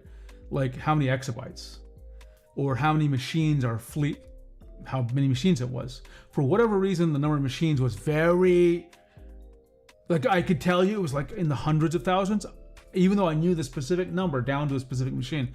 I was never allowed, even to customers, to tell them the exact rough number. I could just say, well, it's many hundreds of thousands. It doesn't matter if that's sensible. That's a policy that the leadership wants to maintain. And so you're bound by that. And so code that might refer to it or reveal something about it, they don't want that revealed, right? It doesn't have to be an explicit like, oh, a comment says Microsoft has 1 million machines doing this. It can be implicit things. Other competitors might learn something from what you're doing by reading the code. So that's another concern. Even if there's no IP issue, you might believe, someone might be paranoid and believe, oh, they're gonna learn something about what we do, and then they'll be able to copy it in some way. Again, that's how someone might be concerned, okay? There can be other really embarrassing things. I'm gonna give you an example, and I'm not saying this literally happened, but it probably did. There might be a code that says, a comment in the code that says, this algorithm is a piece of shit. And it's that very rough language. Well, you gotta get rid of that. You can't put that out on GitHub with your company's name on it, okay? So the code has to be reviewed. Who does the reviewing? Well, people. Yeah, sure, AI can help a little bit these days, but some of these issues the AI cannot catch, right? The AI will not know about your corporate policies in the way I'm talking about them, okay? So there's a hesitancy to put things on GitHub, okay? The other thing is that there's probably also a fear of protecting your brand. Like now your brand assets are there, like the icons for your stuff, right? Adobe or whatever. You may want to protect those versions for some reason, right? And the fear there is you don't want other companies taking it and making products which pretend to be Adobe. This could be spyware or something, right? Let's see, I'll take a look at the comments. And Pat Todd, I will give you an example of a case where it has happened.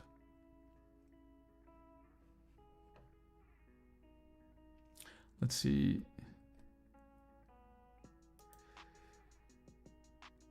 There's a lot of nuance, Carlo. There is.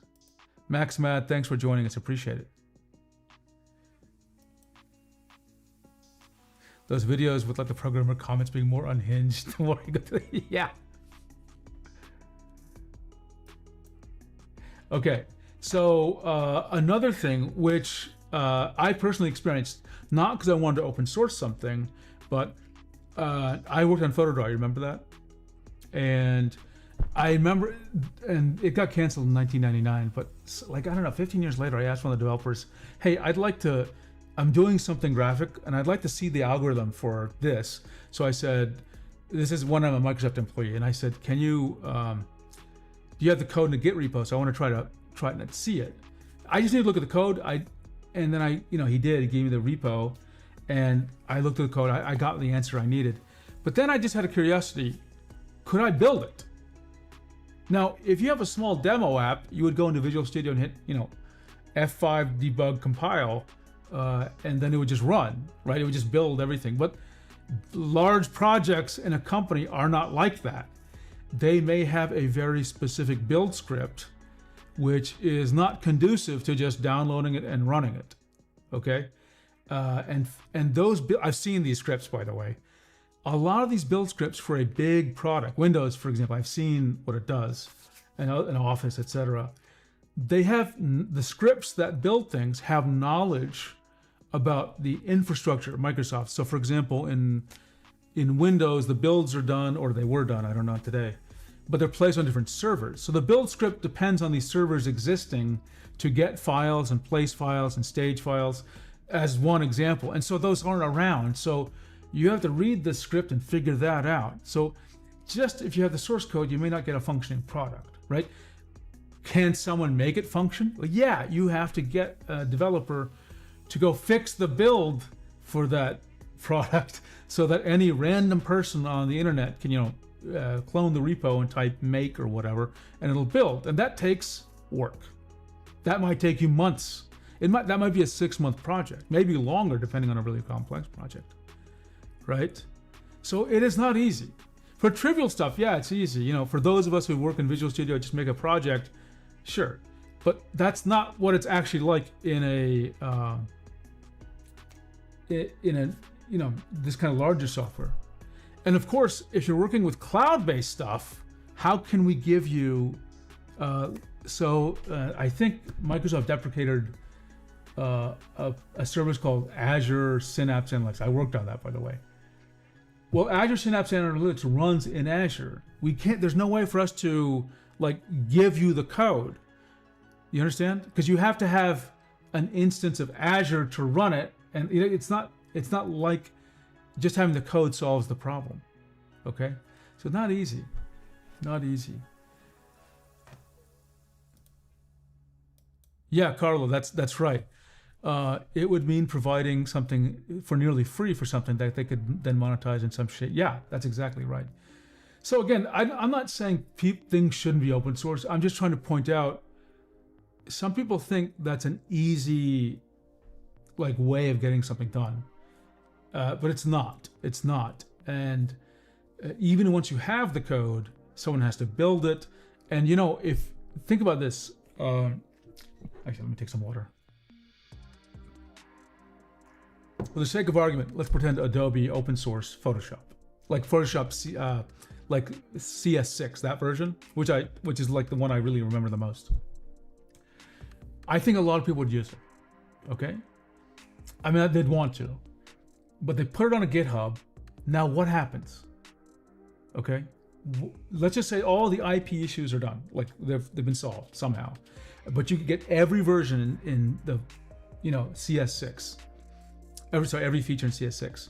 Someone's going to take that code and they are going to build it, and they're going to put in a Trojan or some malware, and they're going to put it on a download site or something, and they're going to say, here it is, a pre-compiled Adobe, and everything is correct. It is the Adobe logo and everything, and then guess what?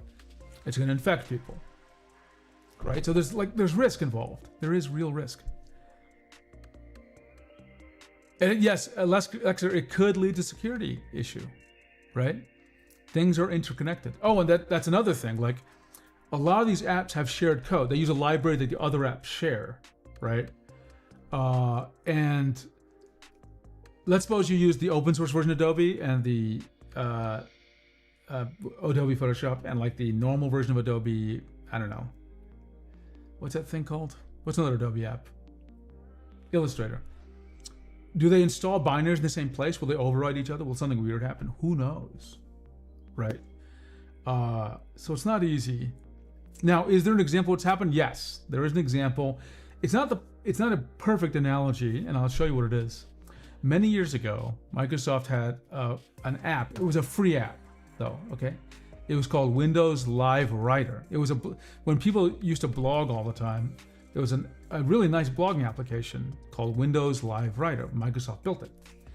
And what happens with these little projects like this is that they're really fun, and because an executive has support for them, but then the winds change. People aren't blogging. The executive is like, why are we spending money, creating free blogging software? And so they said, hey, we're ending this app. And I use it. I actually really like that app a lot. And eventually, people in Microsoft who are really fans of it, they lobbied to make it open source. That took some real time and effort, and it's actually now on GitHub. It's called Open Live Writer. But it was not a trivial operation to get this little. I don't want to say it was a toy app, but it's very complicated for a toy app. But it's nowhere near the complexity of Office. Okay, not orders of magnitude simpler than Office, and it took real effort to put into GitHub, right? Even Notepad++, that's right.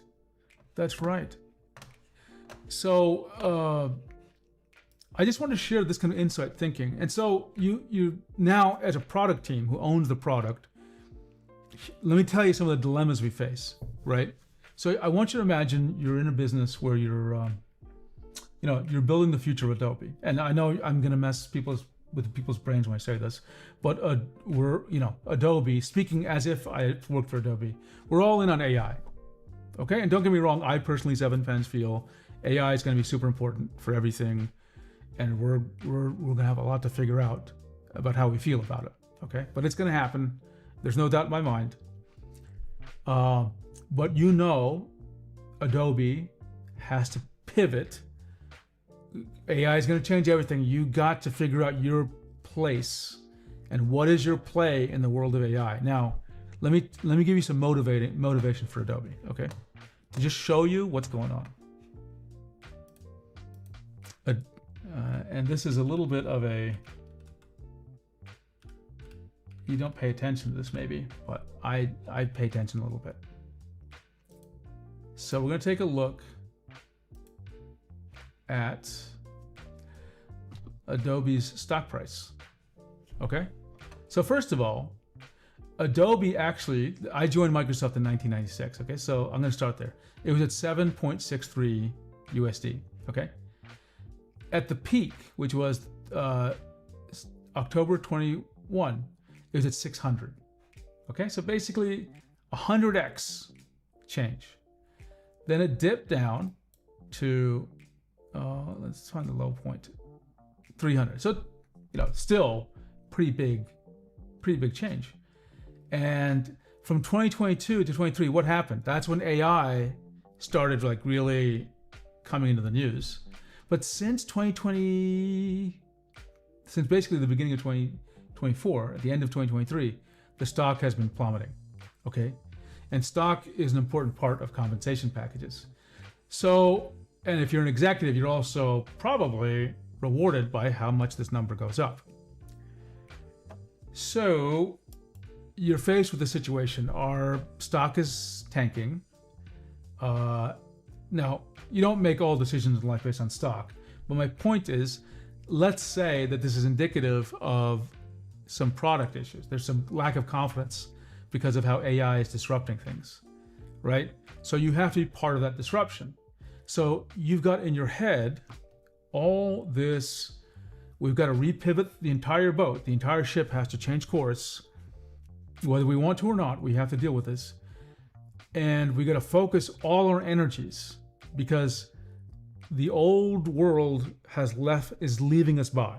And everything we do is about to be obliterated by AI. And if we don't change ourselves, someone else will happily take our money. Maybe it'll be Canva, Figma, whoever that is. And in the midst of this transformation, this sea change, they say, someone tells you, hey, we've got an app that brings in $1 million. I'm making up a number. Don't take this literally. It's bringing in very little money. When I say very little money, it's a subscription. So it doesn't drive a lot of revenue, right? It's like a 1%, maybe 0.5% compared to everything else. In other words, we wouldn't lose sales of Creative Suite if we didn't have this app. And you would say, well, if we dropped it, and how much money would we save by not doing it? Then you say, well, we'd free up 50 developers and we'd free up so many program managers, and it would be like that's expensive, by the way. You're talking about maybe I don't know, $50 million, $100 million, and more. If we'd free that up so we can pivot the entire ship and save our business, you might, because it's an emergency, you might say, hey, this is a time to focus on the future. And we need to develop a plan to off-ramp existing customers from Animate to something else. Now, did they do a good job of that communication? Probably could have done better. I do understand that they did talk to their people who are really using it in the industry, but they didn't say that. They didn't say like in the original email, it probably should have been more clear. Like, we've been working with whoever makes these animated series, and here's where they're going. Right? They didn't say that, so you're just left in like, what do I do? Right? What do I do? So yeah, that's just my insight into how this works. Again, I meant to start my channel on communication already, but I'm delaying it only because I want to get a little more wood behind the arrow. But I wanted to bring this up since it is related to our creative tech conversations. So that was my bit on Adobe. Let me see if I have anything else to talk about.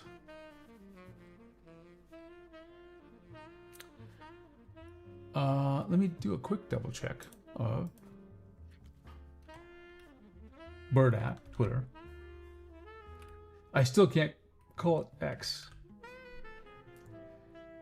Welcome. Nothing really. Well, no, there's nothing much going on. The thing I'm waiting on is the new Huion Canvas 22 Gen 3, which they announced at CES. Until then, it's pretty boring. Just working on Oh, there's one thing I want to. Actually, you know what? Let me do a quick bio break, and I'll be right back.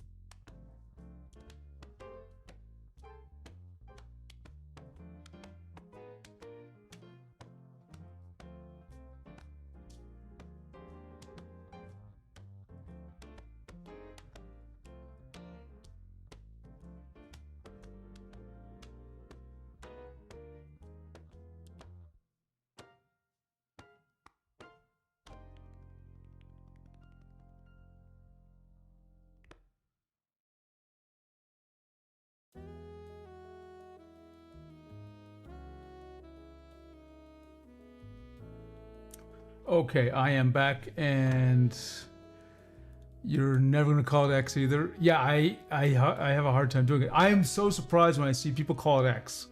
I'm like, you know, I feel like, wow, I'm really out of touch now with, with what people do. But a lot of people have switched. A lot of people have switched to calling it X. But to me, it's habitual. Okay, the thing I want to talk about is another thing I created, and I just wanted to show it to you and get any. It's a long doc, so I'm just going to summarize what it says. But basically, it is. Lexer said I still call it Twitter. Nick Tyler. Yeah, Nick Tyler, yeah, the answer to your question is yes. On Wacom's Twitter, they said there's an update now for Movink 11. The specific newest thing was they added Instant Pen Display for Mac OS Tahoe, which it hadn't been there before. But you in any case, for either the Moving Pad or the Moving Pad Pro, you have to install the Wacom Labs app, and then follow their instructions on how to enable Instant Pen Display. I did a stream on the Moving Pad Pro where I showed doing it, though I had a lot of trouble with it. So maybe I'll try it with a Movink and see if I can record that or something. Okay, so what I want to talk about was, believe it or not, transferring files. So a lot of us are now using Movink pads,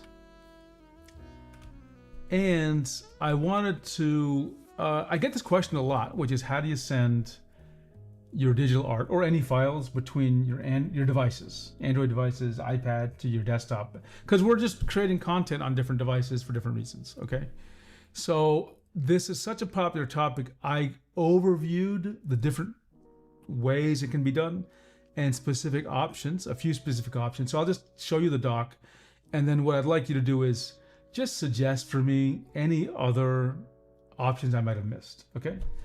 So I'll just overview it real quickly, which is, the first is cloud-based sync. This is things like Google Drive or Microsoft OneDrive, right?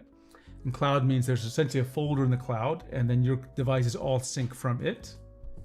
Direct file transfer is a point-to-point transfer between devices, right? So the one I use, meaning there's no cloud there, it's just you have a device on your network and you can just send to it.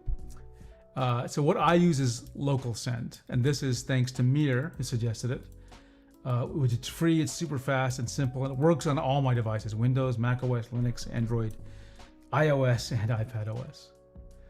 Now another, and these aren't really ordered conceptually, another one is NAS-based shared folders. So these are SMB shares. So I used to use these all the time. I still do for certain kind of files. For archives and things and backups, but this is what I was primarily doing before I started using local send. And recently I started, besides local send, I'm starting to use NAS-based sync. So if cloud-based sync is syncing to a folder in the cloud, NAS-based sync is syncing to a folder on your NAS. Now I use a Synology NAS, so the one I use is called Synology Drive. And so it's basically a OneDrive on my local NAS. I like this for a couple of reasons. Number one, I was finding that syncing was sometimes slow between my computers, especially on my Mac OS machine.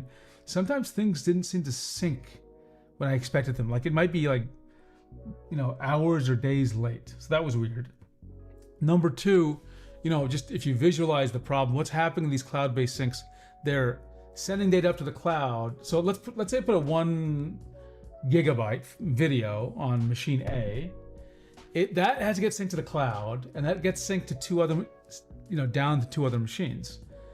And I did feel at some point that wasn't the best use of some of the bandwidth. Not that I was struggling with bandwidth.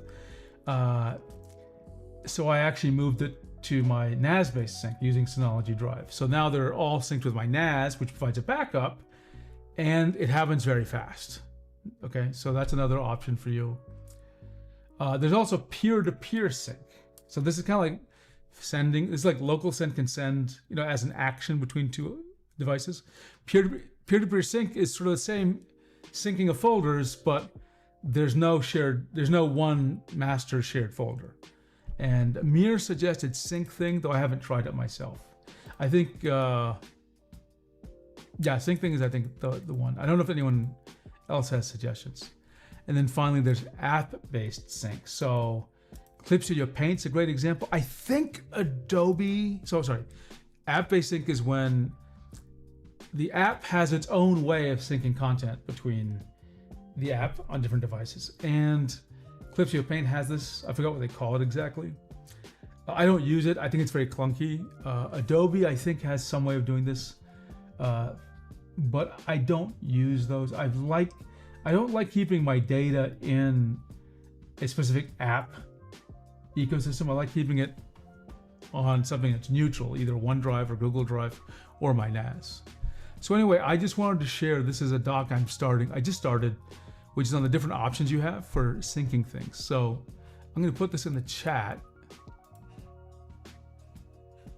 And if you have suggestions, drop by the Discord and let me know.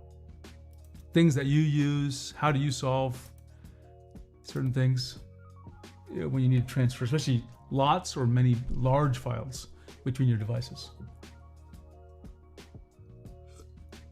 Okay, and with that, I think I covered all my topics. How long did I go for? 2 hours, 50 minutes. That's a lot. Okay, everyone. Carlos got up. SneakerNet, I should add that, Alberto G. I should add that. Adobe Cloud was kind of slow to even open the version of files that was local. Didn't have any further edits from the server. Interesting. Oh, I never tried Telegram, Lexer. Unlimited storage capacity with size per file is 2 GB max with USB. I should add that actually Hera, for example, I think it was Hera. I think she actually, with her moving pad, she actually connects a USB device to it, a drive, and transfers files to her PC that way. So I will definitely add that. Adobe Cloud. I gotta try it. I should try it. The thing is, when something is with an app, I'm like, well, if I don't use that app, how does that help me? Because I use Clip Studio, I use Affinity, I use Krita, that's why I don't like app-specific storage things, even though the integration theoretically should be better. Telegram is smart. I hadn't considered that. Does everyone use Telegram? I have a test account, but I've never actually used it. Maybe I'll get into that.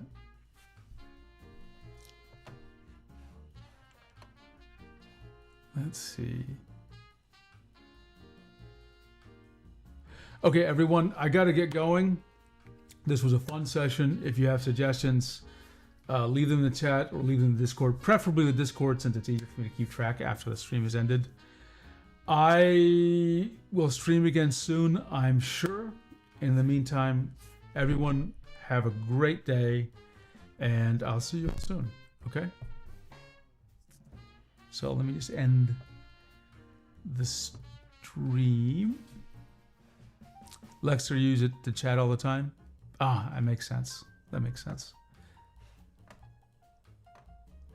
Okay. Okay, everyone. I'll see you soon.